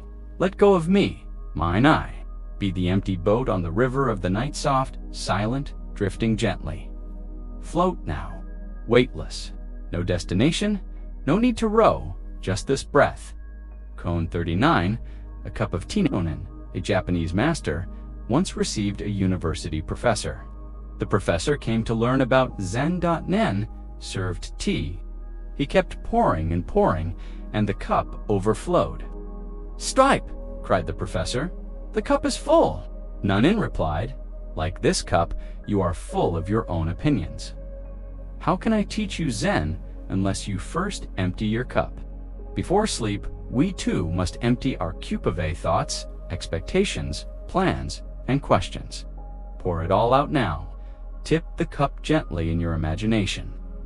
Let every thought spill to the ground, empty, quiet, ready to receive the silence, Koan. 40. The pillow of the Buddha. A disciple asked, "Master, where does the Buddha rest his head at night?" The master replied, "On the pillow of emptiness." This Koan is not just a metaphor, it is your invitation. Tonight, you will sleep on that same pillow. Let your mind lie down on emptiness, not worry, not control, not fear, just stillness, just being. Imagine placing your head now upon that invisible cushion, the Buddha's pillow. It welcomes you with great softness. Koan 41. The dream within. A dream monk dreamed he was a butterfly. In the dream, he flitted joyfully from flower to flower. When he awoke, he asked, "Was I a man dreaming I was a butterfly? Or am I now a butterfly dreaming I am a man?" This Koan dissolves the boundary between waking and dreaming. Tonight, as you cross the threshold into sleep, do not be afraid of not knowing. Do not try to hold on to the day. You are entering the dream within the dream. Let your wings unfold now. You are safe to fly. Koan 42. The temple bell without a striker. Monk asked the master, "How can I hear the bell without striking it?" The master said, "First become the bell, then you will know." What is this bell that rings without sound? It is your own being, your breath, your awareness, your essence. Tonight, there is no need to do anything, no need to make effort. You are the bell. You resonate with stillness. Can you hear it? Breathe and listen. There in the silence. The bell is ringing. Koan 43. No footprints in the snow, a student asked. How does the enlightened one walk through the world? The master answered, like the tiger in the snow leaving, no tracks. This Koan teaches about moving through life lightly. And so tonight, let go of all that is past. No need to revisit, no need to fix. The day is done. Its footprints vanish behind you like melting snow. You have nothing to prove, nothing to hold. Walk quietly now into the night. No tracks, just presence. Koan 44. The softest light disciple once asked, "How can I find the light when the sky is covered in clouds?" The master said, "The softest light is not seen, but felt." Tonight, as darkness wraps around your home and body, remember, the deepest peace is not loud or bright. It is soft, gentle, warming you from the inside. Feel the invisible light now, behind your chest, behind your breath. It is the candle that never goes out. Rest in it. Koan 45. The gate is wide open. Monk asked, "Where is the gate to enlightenment?" The master pointed and said, "It is wide open. Why do you not enter?" The gate is open, dear friend. No locks, no guards, no tests to pass. Sleep itself is a form of surrender gate to the vastness within. You are already standing at the threshold. Step through now. There's no effort required. Just trust. And let go. Koan 46. The bird has flown, the student asked. Where has the mind gone? The master replied, the bird has flown.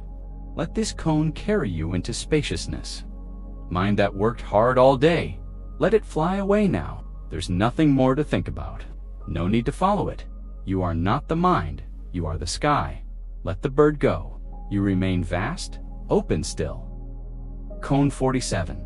Just this a disciple asked, what is Zen? The master said, just this. One breath, one moment, one feeling of being dot. Just this, no striving, no seeking, just the pure simplicity of what is. Tonight, Your entire practice is this. Lie here, breathe gently, and rest in just this. The body softens, the heart opens. The mind fades like mist, just this. And sleep. Closing, the final surrender. You have walked through the 10 gates of surrender. You've heard the bell without sound, placed your head upon the Buddhist pillow, emptied your cup, let the bird of thought fly, and stepped through the wide-open gate of rest. Now let yourself fall into the deepest sleep, not as an escape, but as a return to truth, to stillness, to the center that never moves. The koans have done their work. You are held, you are at peace, you are home. Chapter 48, the final koan. When you truly see into just this, there is no other. Zen Master Seung Santhor is a quiet that arrives when the journey comes to its end. Not with fanfare, not with thunder, but with the breath. You have passed through morning clarity, midday centering, and evening reflection. You have tasted the paradoxes of the masters, felt the riddles inside your bones. Now you stand at the edge of it all, the final Koan.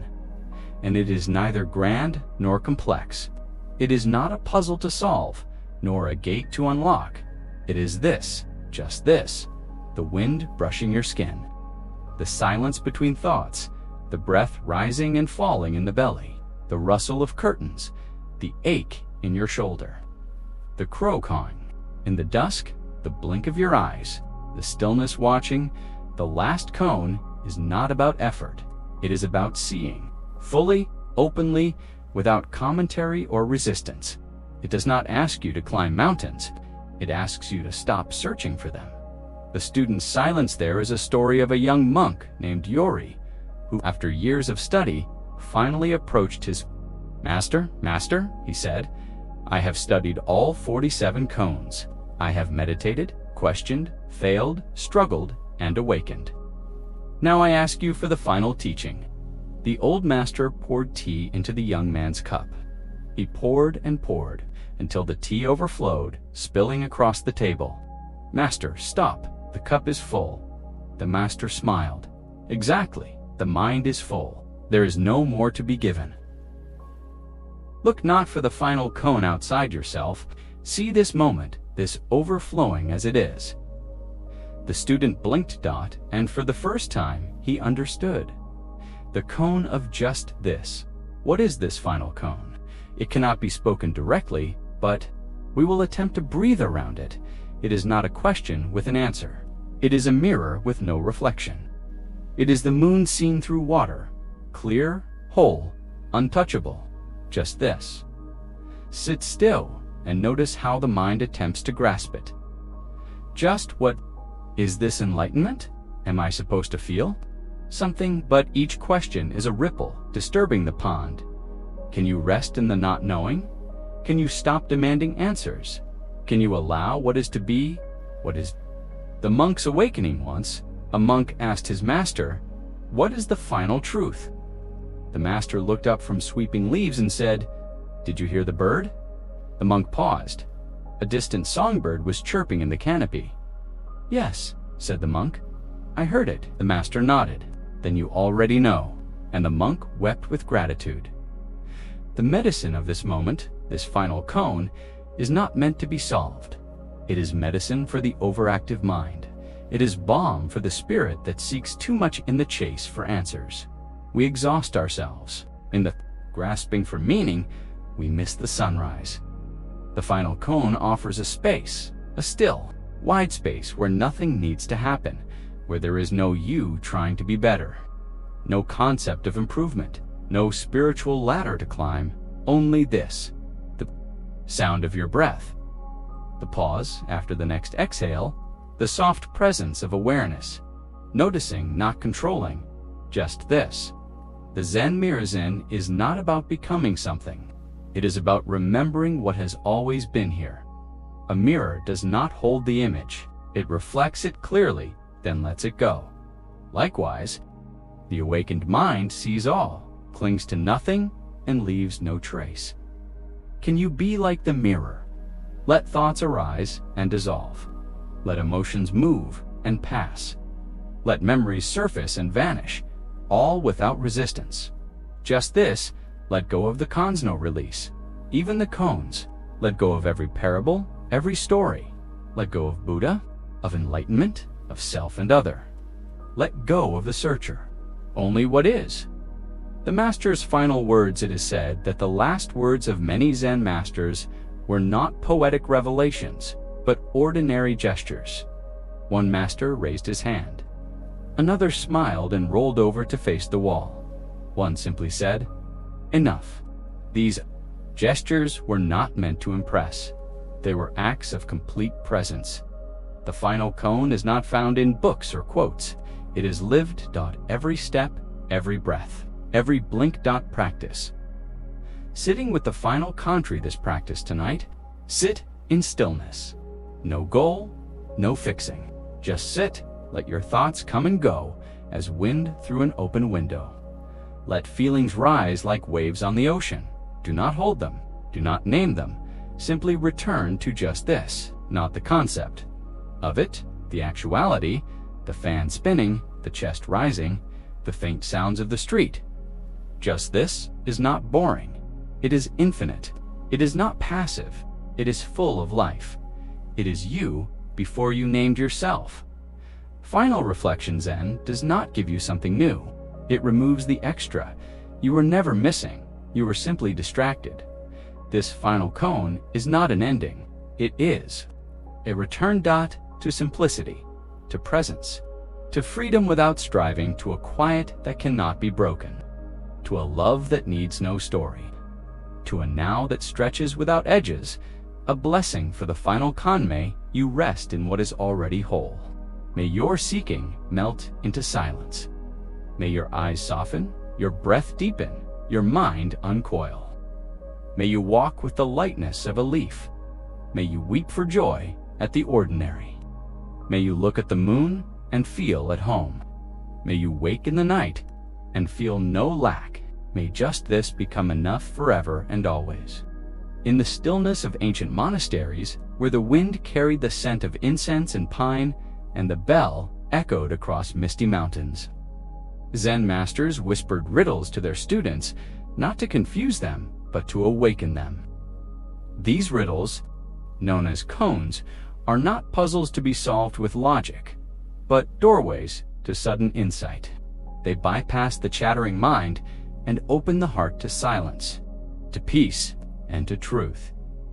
This script invites you into the meditative space of 48 ancient koans, each carefully selected to soothe the spirit, dissolve stress, and lead the mind toward deep mental relaxation. You do not need to solve them. You only need to sit with them, breathe with them, and allow them to ripple through the still waters of your being. What is a koan? A koan is a paradoxical anecdote or question used in Zen practice to provoke doubt, push beyond conceptual thinking, and awaken insight. You may feel your thoughts pause as if reality hiccups, and what is left is only this moment, breath. Awareness. Each koan in this collection is paired with a brief reflection or commentary to help anchor its energy in your daily life. Whether you are listening to this at dawn or dusk, in meditation, or while lying down to rest, let these ancient words cleanse your mind and open your heart. Chapters 1 to 13. Morning Mindfulness, Koans. Koans are best reflected upon in the quiet of morning, when the mind is fresh and uncluttered. They help prepare your inner world for the day, offering clarity, simplicity, and inner grounding. 1. Joshu's MUA monk asked, "Does a dog have Buddha nature?" Joshu said, "Mu, reflection." This one word, mu, meaning not slices. Through conceptual thought, it is not denial. It's an invitation to drop all dualistic thinking. Centering koans. These koans are ideal when the day is in full swing. They bring calm in the midst of action, centering presence in the middle of movement. 14. The sound of one hand clapping. What is the sound of one hand? Reflection. This koan cannot be grasped by logic. It creates an inner stillness, a mental pause. From that silence, The truth is heard, 15-25. See full koan list in midday centering section. Themes include letting go, compassion in action, effortlessness, and the dance of form and emptiness. Chapters 26-37. Evening reflection, Konsevening. Koans help us unwind the mind, release the stories of the day, and return to presence. These are powerful for journaling, meditative walks, or quiet contemplation. 26. No water, no Mona. None was carrying a water bucket.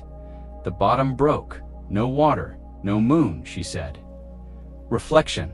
When the container breaks, the ego, the story, what is left is pure reflection. The moon is never lost. 27-37. See full koan list in evening reflection section. Themes of loss, identity, stillness, gratitude, and return to the source. Chapters 38-47. Koans 4 deep. Sleep and surrender these. Koans are soft whispers into the night. They aren't to be understood. They are lullabies for the soul, releasing resistance and inviting complete surrender. 38 Nensen cuts. The cat monks were quarreling over a cat.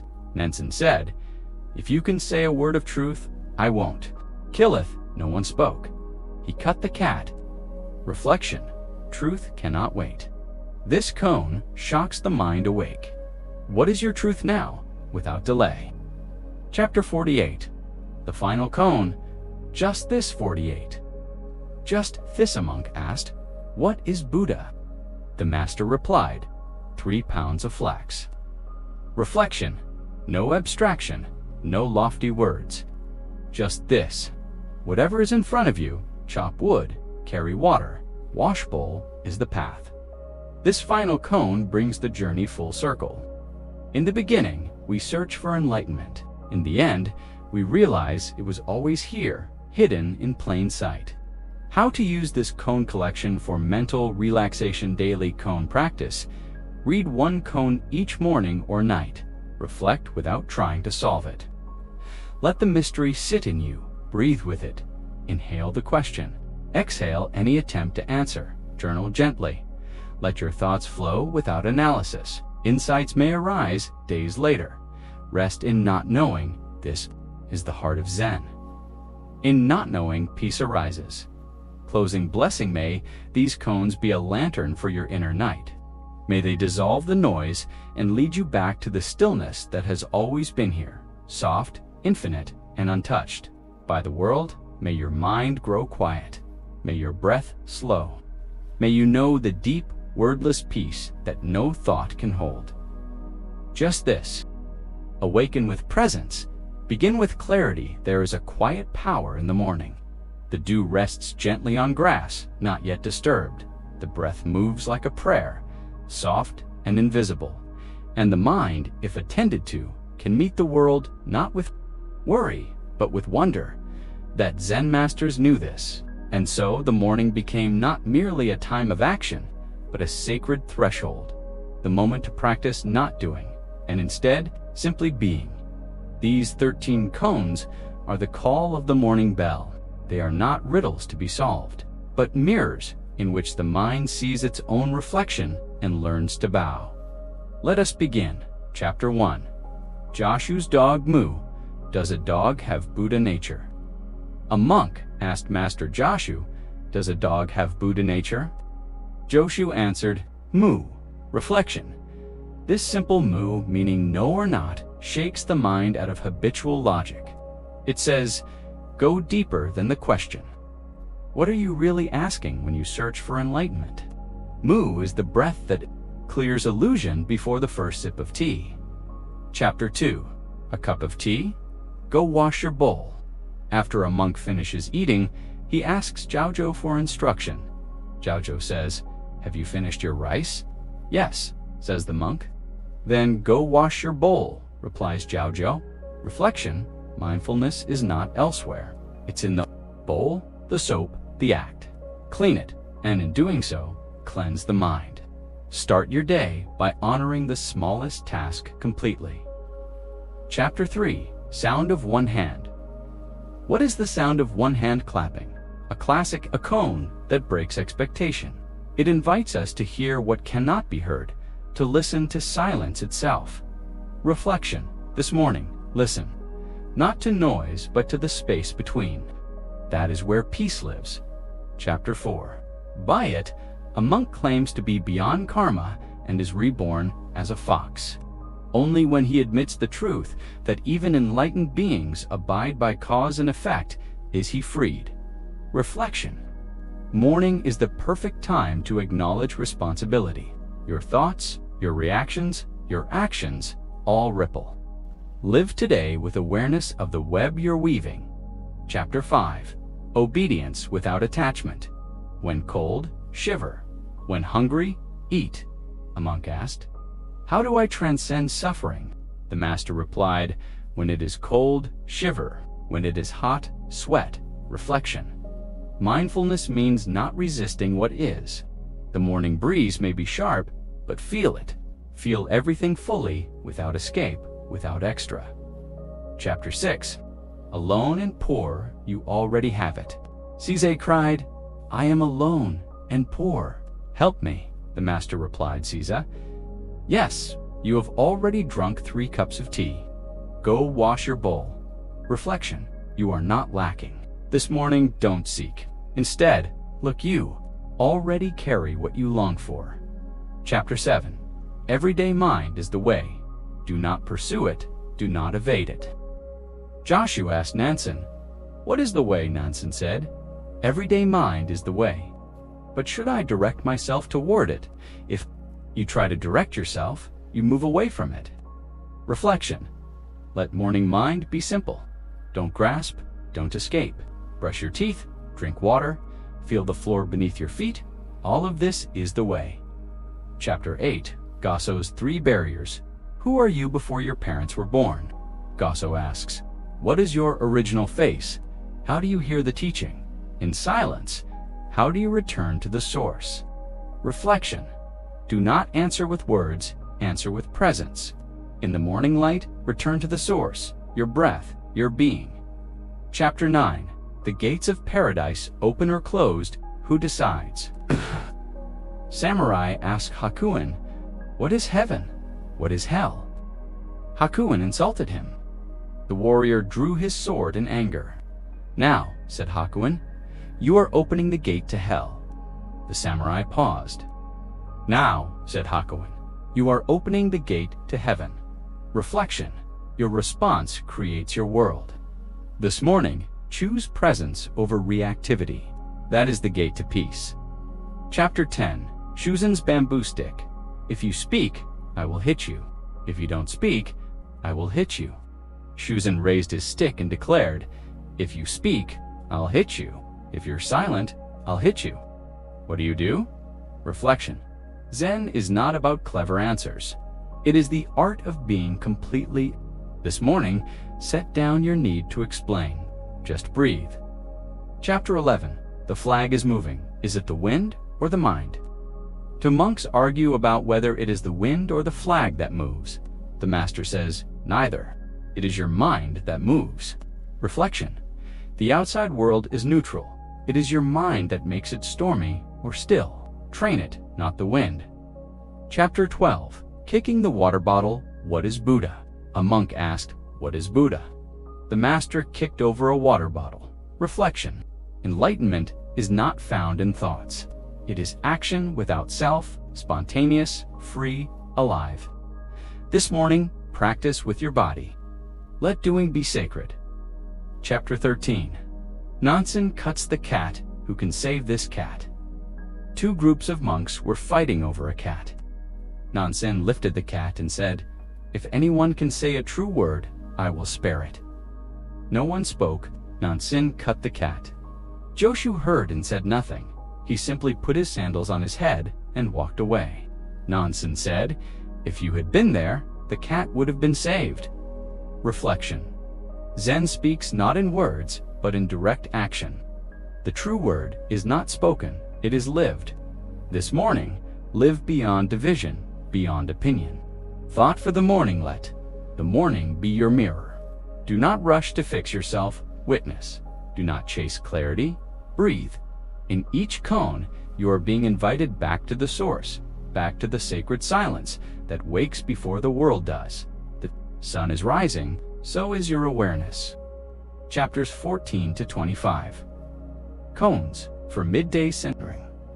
Midday koans serve as anchors during the rush of daily activity.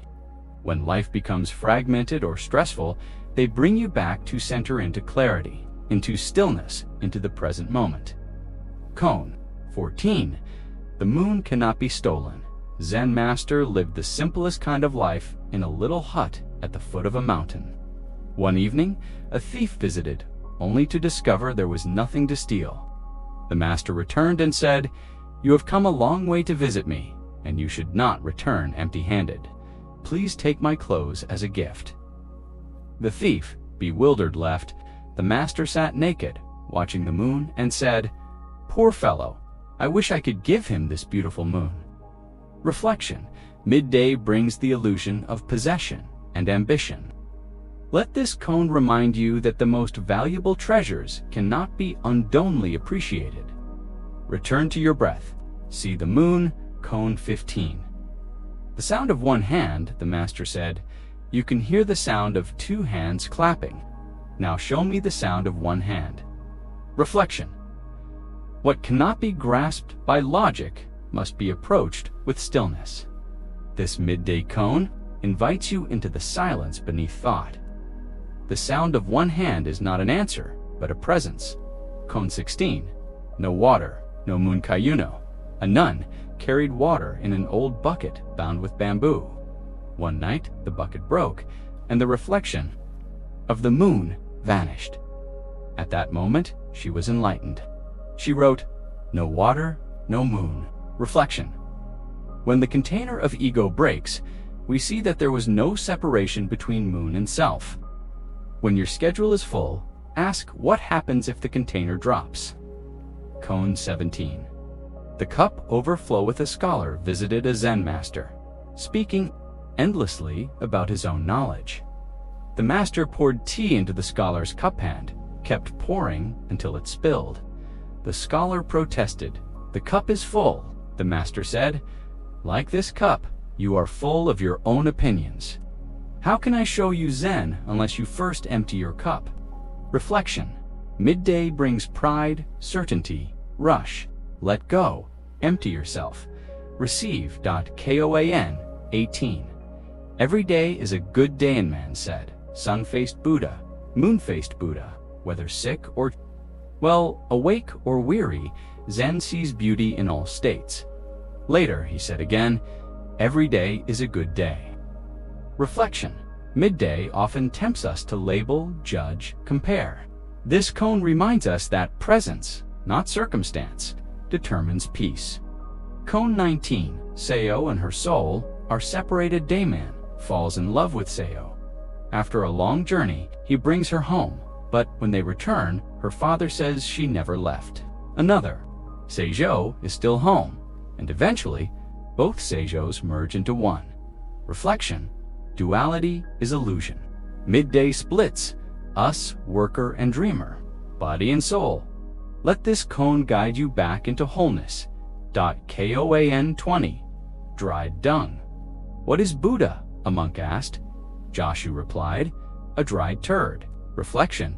Irreverent and shocking. This koan breaks conceptual pride. Midday's seriousness can be softened. Enlightenment is not lofty, it's in the ordinary, even the crude. Koan 21. Washer bole, monk asked. I have just entered the monastery. Please teach me. The master replied, have you eaten your rice? Yes, said the monk. Then, wash your bowl, the master replied. Reflection. This koan brings you back to simple action. After reading, working, striving, just wash your bowl. Just breathe. Midday clarity lives in attention to the next simple step. Koan 22. Nothing exists. Monk asked Basso, what is Buddha? Basso answered, no mind, no Buddha. Reflection. Midday anxiety thrives on identity. This koan gently dissolves the need. To be anything, sit quietly. Notice what remains when you stop clinging. Koan 23. The oak tree and the Gardena monk asked, "What is the meaning of the Bodhidharmas coming from the west?" The master replied, "The oak tree in the garden." Reflection. Meaning is not always verbal. This koan anchors you in the ordinary living moment. The oak tree is enough.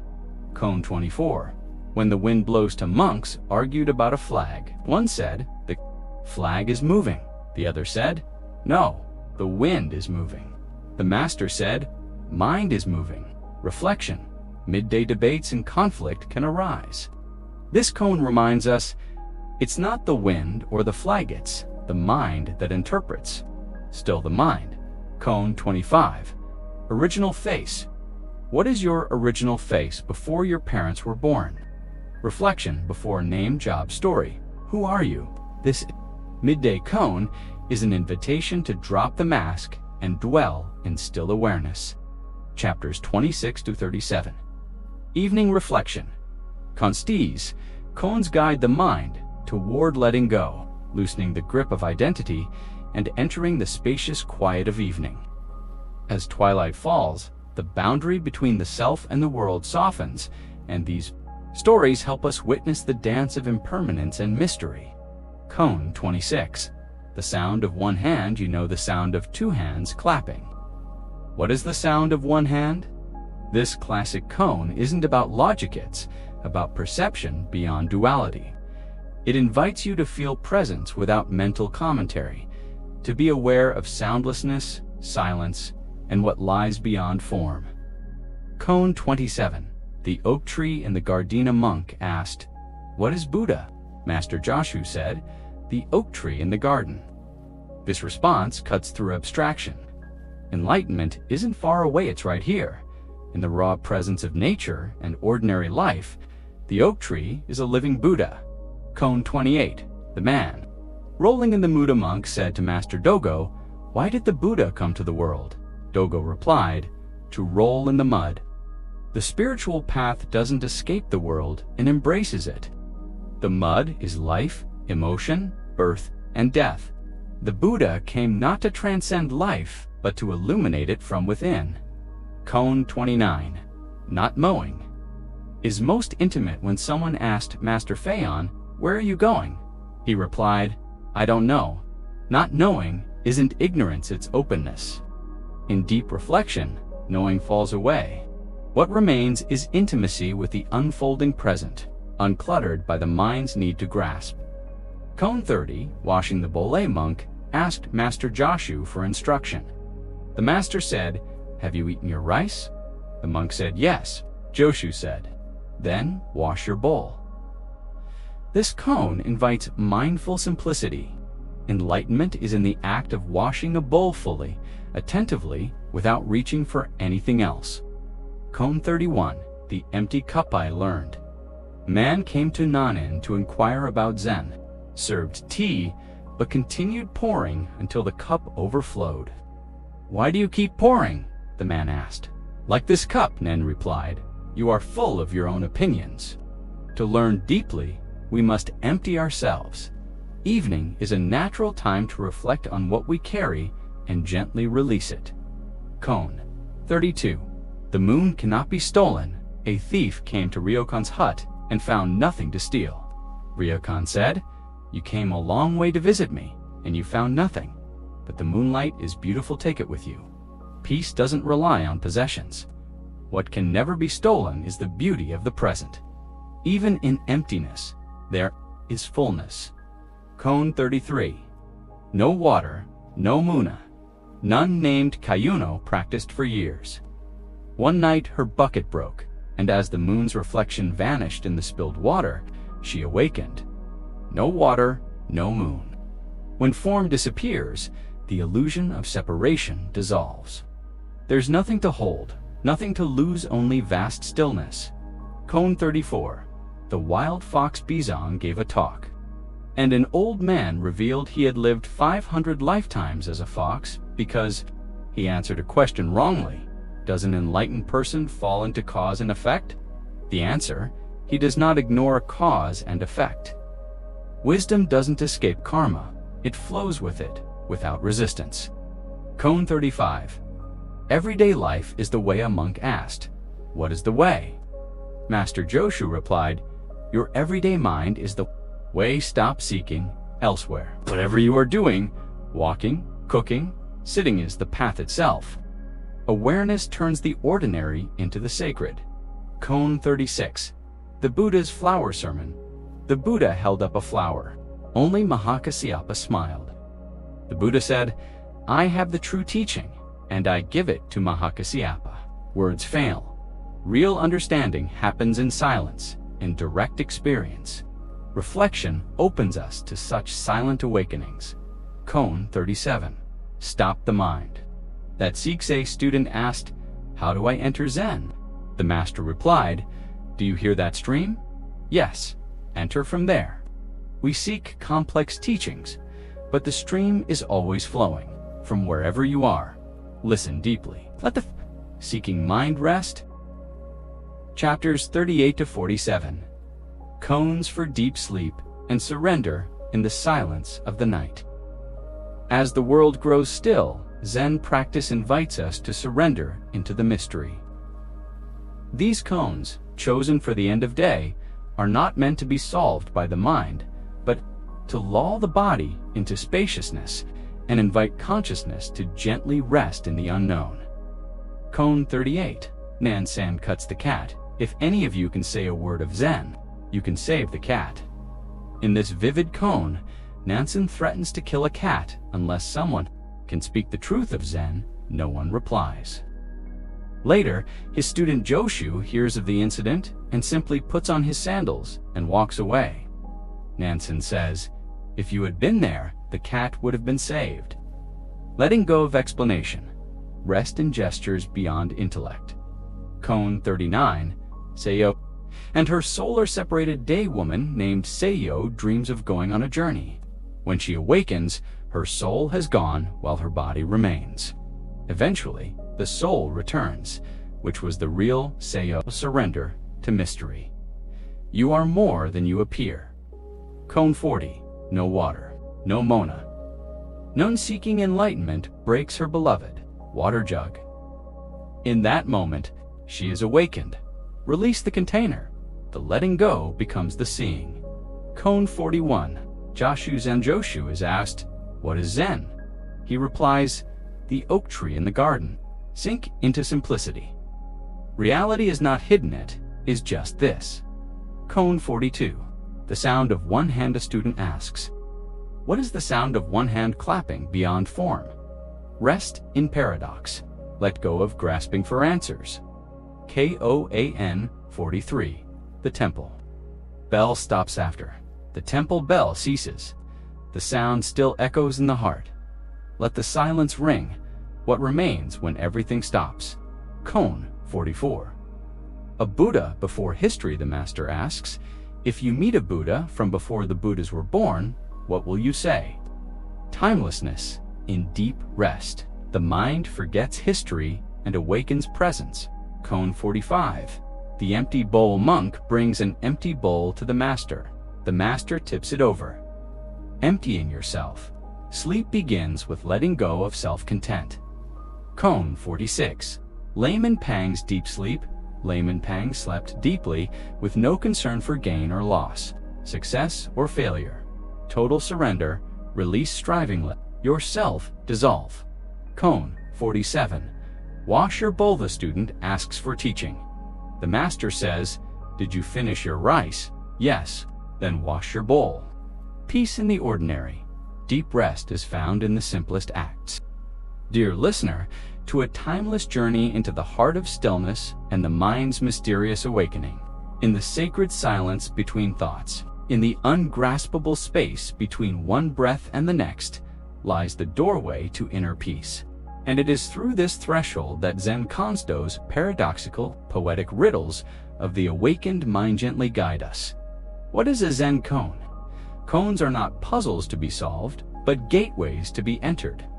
They are short teachings or dialogues, often baffling to the logical mind, meant to shake us loose from habitual thinking and awaken deeper insight. Unlike traditional stories, koans don't offer conclusions.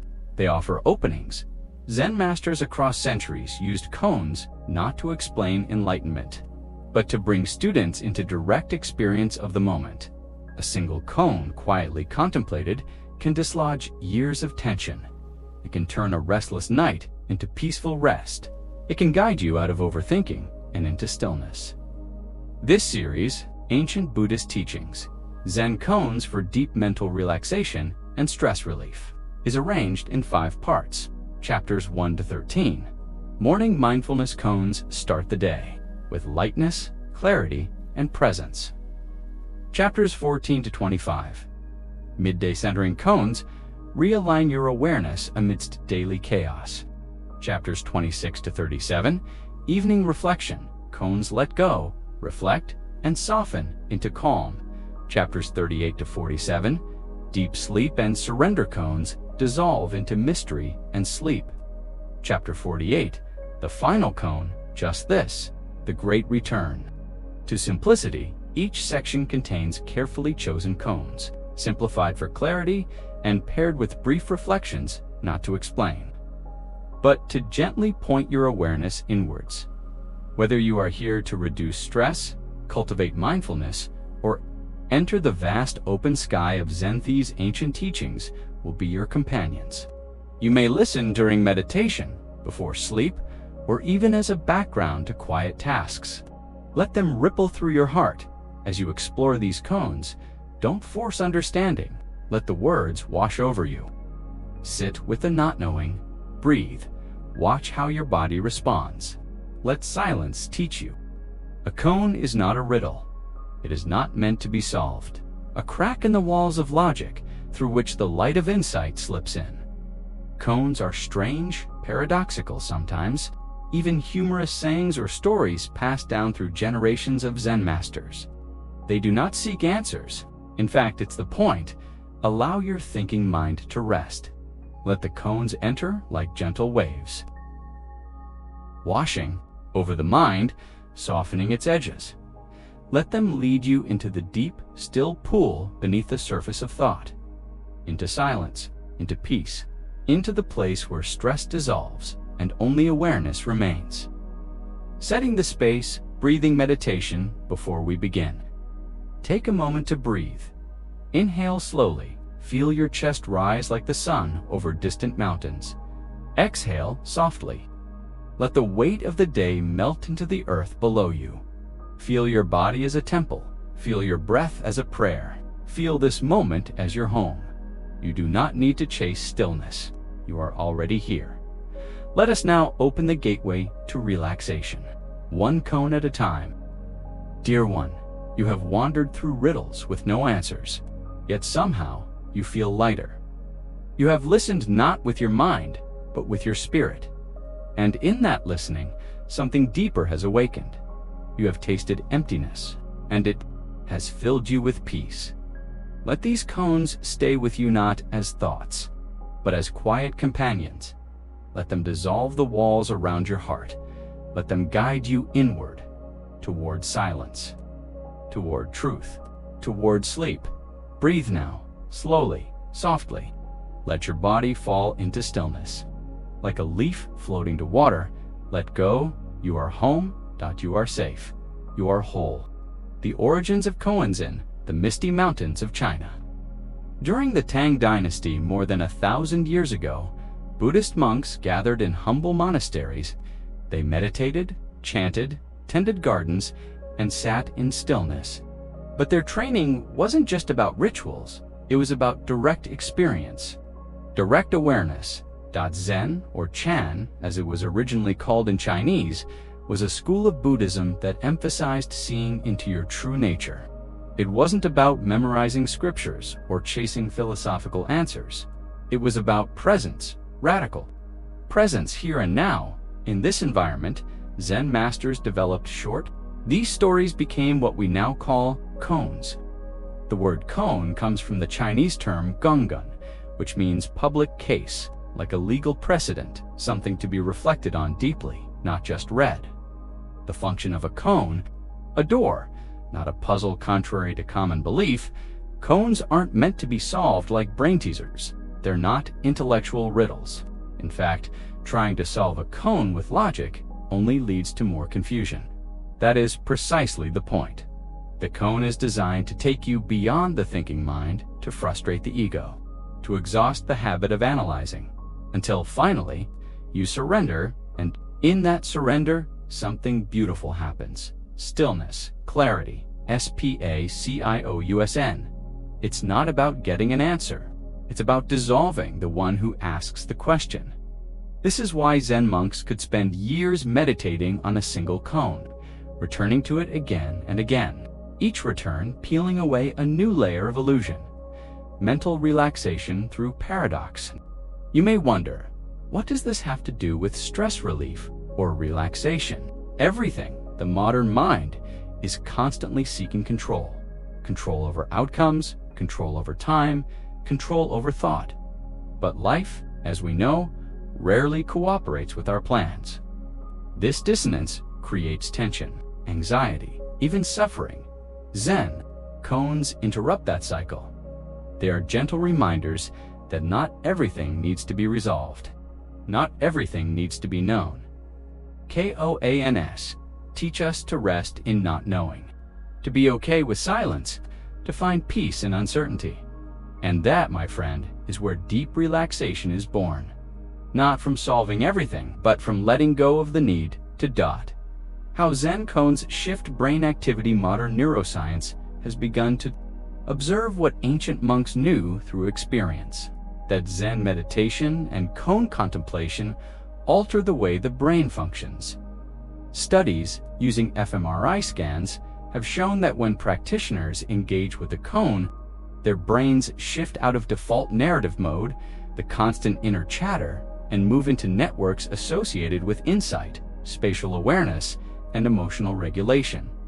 In simpler terms, when you sit with a koan, the thinking mind quiets, and the sensing, feeling, spacious mind awakens.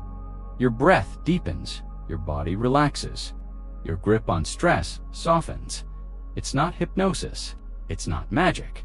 It's simply the natural result of interrupting the thought loop, of pausing the mind's endless commentary. Examples without the koans. While we're not sharing the koans directly in this session, we can still glimpse how their effect works. A master asks, "What is your original face before your parents were born?" The question makes no logical sense, and that's the doorway. As your mind attempts to find footing, it fails, and in the space that opens, there is stillness. You're not analyzing, you're present. Another example might challenge your identity. If you say this stick is real, I will strike you. If you say it's not real, I will strike you. So tell me, what is it? Again, the brain can't win, and so it stops trying, and the heart begins to feel, the body begins to relax. That's the medicine of the Koans and the art of letting go. In the West, we often chase solutions. We read self-help books, we fix problems, we do more, strive more. But sometimes healing doesn't come from doing. It comes from undoing, from relaxing the mind's grip, from dropping the idea that we have to fix ourselves at all. Zen koans are a profound teacher of this. They teach us to sit with the mystery, to trust the unknown, to relax into the spaciousness. You don't need to understand Buddhist philosophy. All you need is willingness. Willingness to sit in silence, to breathe, to feel the question inside you without rushing to resolve it. You can choose a phrase that feels open-ended and allow it to echo in your awareness, not as a thought, but as a bell calling you inward. Let your breath respond. Let your body soften. Let the question open and open and open again. In time, the boundaries of the question dissolve, and what remains is peace. Closing reflection. So, dear listener, let go of solving. Let go of searching. Let go of the idea that rest must be earned. You are not here to fix yourself. You are here to remember the stillness already within you. Zen is not about reaching somewhere. It is about waking up to the moment that is already here, the breath you are already breathing, the silence already surrounding you, the peace that does not depend on thought. Let it in. Let it guide you. Let it hold you. like the arms of the great mystery. May you find comfort in not knowing. May you find silence between thoughts. May you rest in the presence of what is. The purpose of koans, why they calm the minden, our modern world.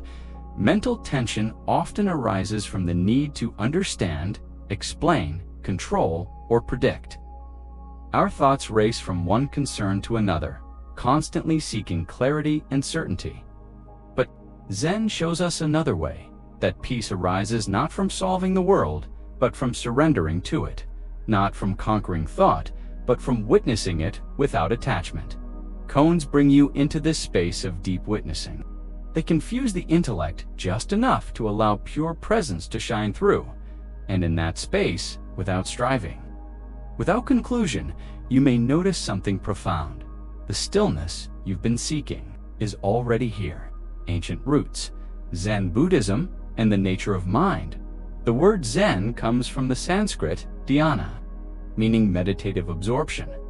Zen is not a religion in the way many think. It is more a direct pointing to reality, a transmission beyond words and scriptures. Koans were developed in Tang and Song Dynasty China between 700 to 1200 CE by masters of the Chan tradition, which later became Japanese Zen. They were used not as doctrine, but as tools to disrupt habitual thinking. To open students to a moment of awakening, Zen doesn't teach that you must fix yourself. It teaches that you are already awake and only need to see it for yourself. In this way, koans are not teachings about reality. They are flashes of reality itself, packaged in poetic, surprising forms. Examples, without the koans themselves, imagine being asked a strange question like, "What is your original face before your parents were born?" Or, when both hands are clapped, a sound is produced. What is the sound of one hand? These questions aren't meant to be answered logically. They are invitations into silence, into wonder. They gently say, stop grasping, be here now, feel the moment instead of trying to name it. How koans soothe stress and promote deep relaxation. When you listen to or contemplate a koan, something beautiful can happen. You stop trying to interpret life and start experiencing it directly. The mind may pause, puzzled, and in that pause, like the hush after a deep sigh, you may feel your nervous system relax. You may feel space open inside you. This isn't hypnosis. This isn't a technique. It's the return to presence made possible through the gentle paradox of Zen. Letting go of needing to get it right, you discover the deep joy of simply being. Using koans in daily life, you don't need to be a monk or scholar to benefit from Zen. You don't need to fully understand koans either. Simply let them be a point of presence. Here are a few suggestions. Listen to a koan while sipping tea. Reflect on one while watching the sunrise. Let it float in your awareness before sleep. Write it down in your journal and revisit it weekly. Let its image, question, or rhythm be a mantra for returning to now. The deepest teaching, the ultimate gift of Zen, is not knowledge, but emptiness, not as a void, but as a spacious openness within you. A mind that no longer needs to react. A heart that no longer needs to fix.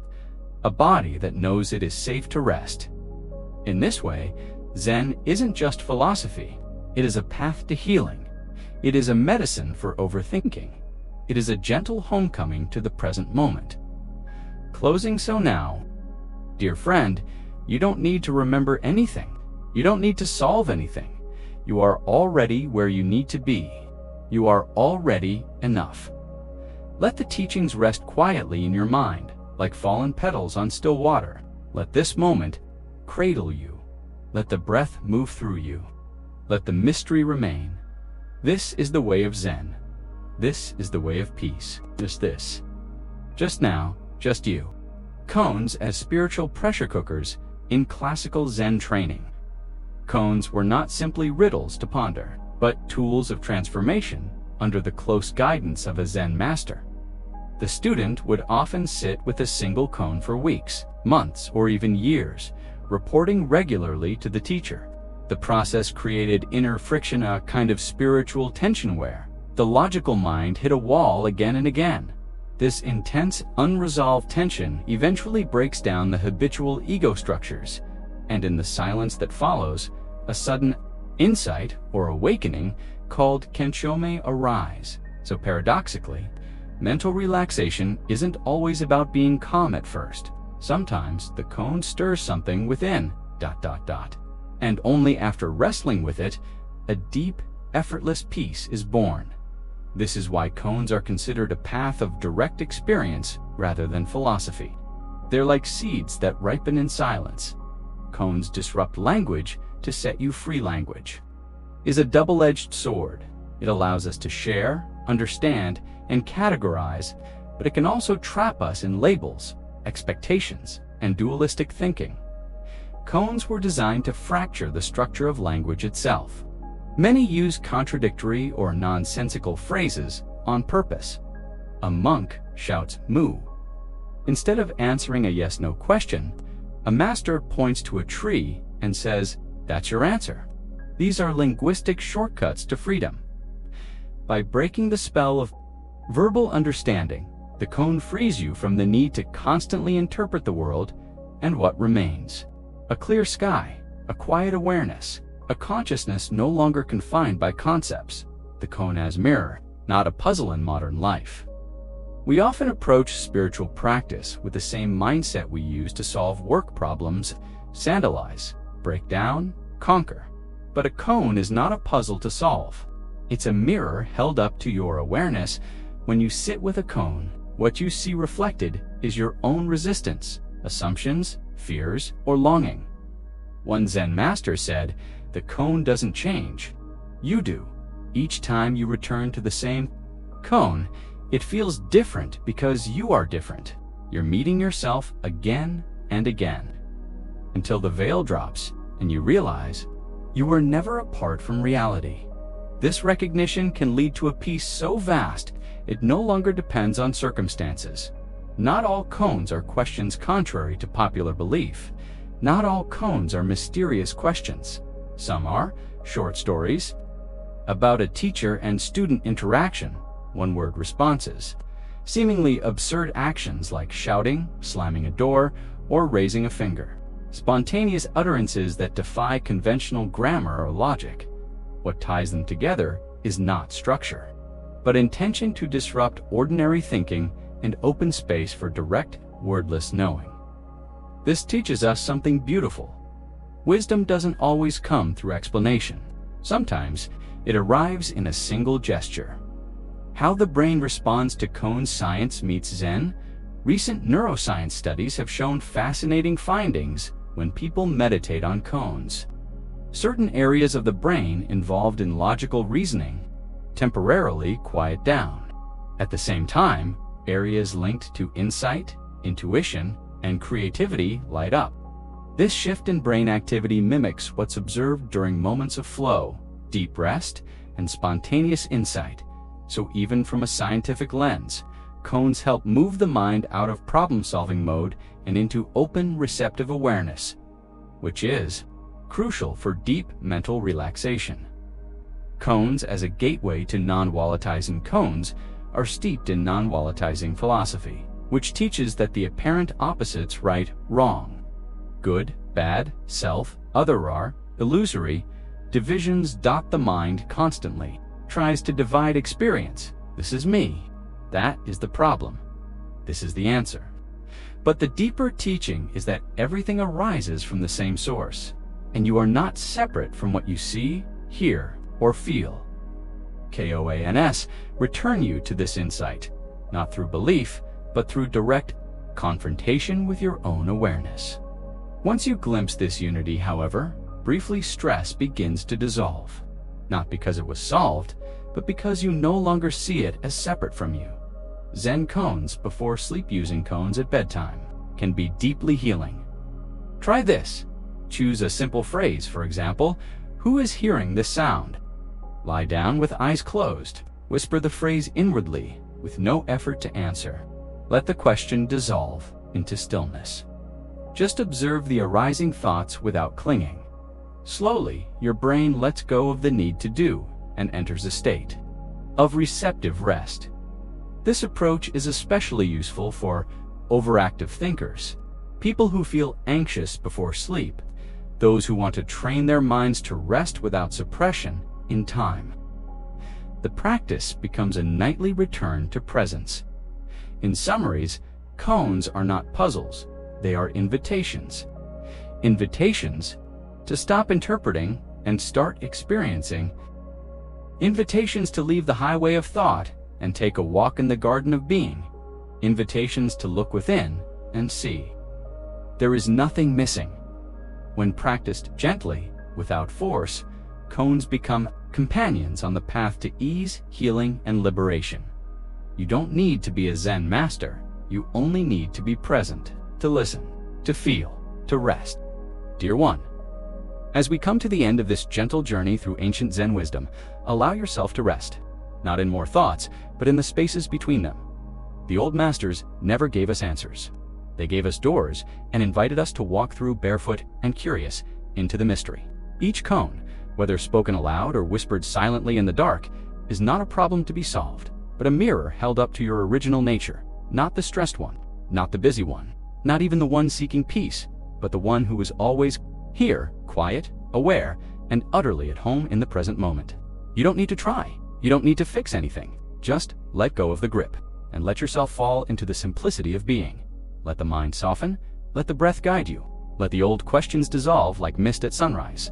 There is nothing to figure out, nothing to control, just this moment, just this breath, just this vast, boundless silence that holds it all. The masters would smile now. They would not explain. They would simply bow. And perhaps, as you drift into sleep, you too can offer a silent bow to your own heart, to the great mystery, and to the peace that arises when we stop looking and simply listen. Good night, dear friend, sleep deeply, and may the ancient stillness walk beside you into your dreams.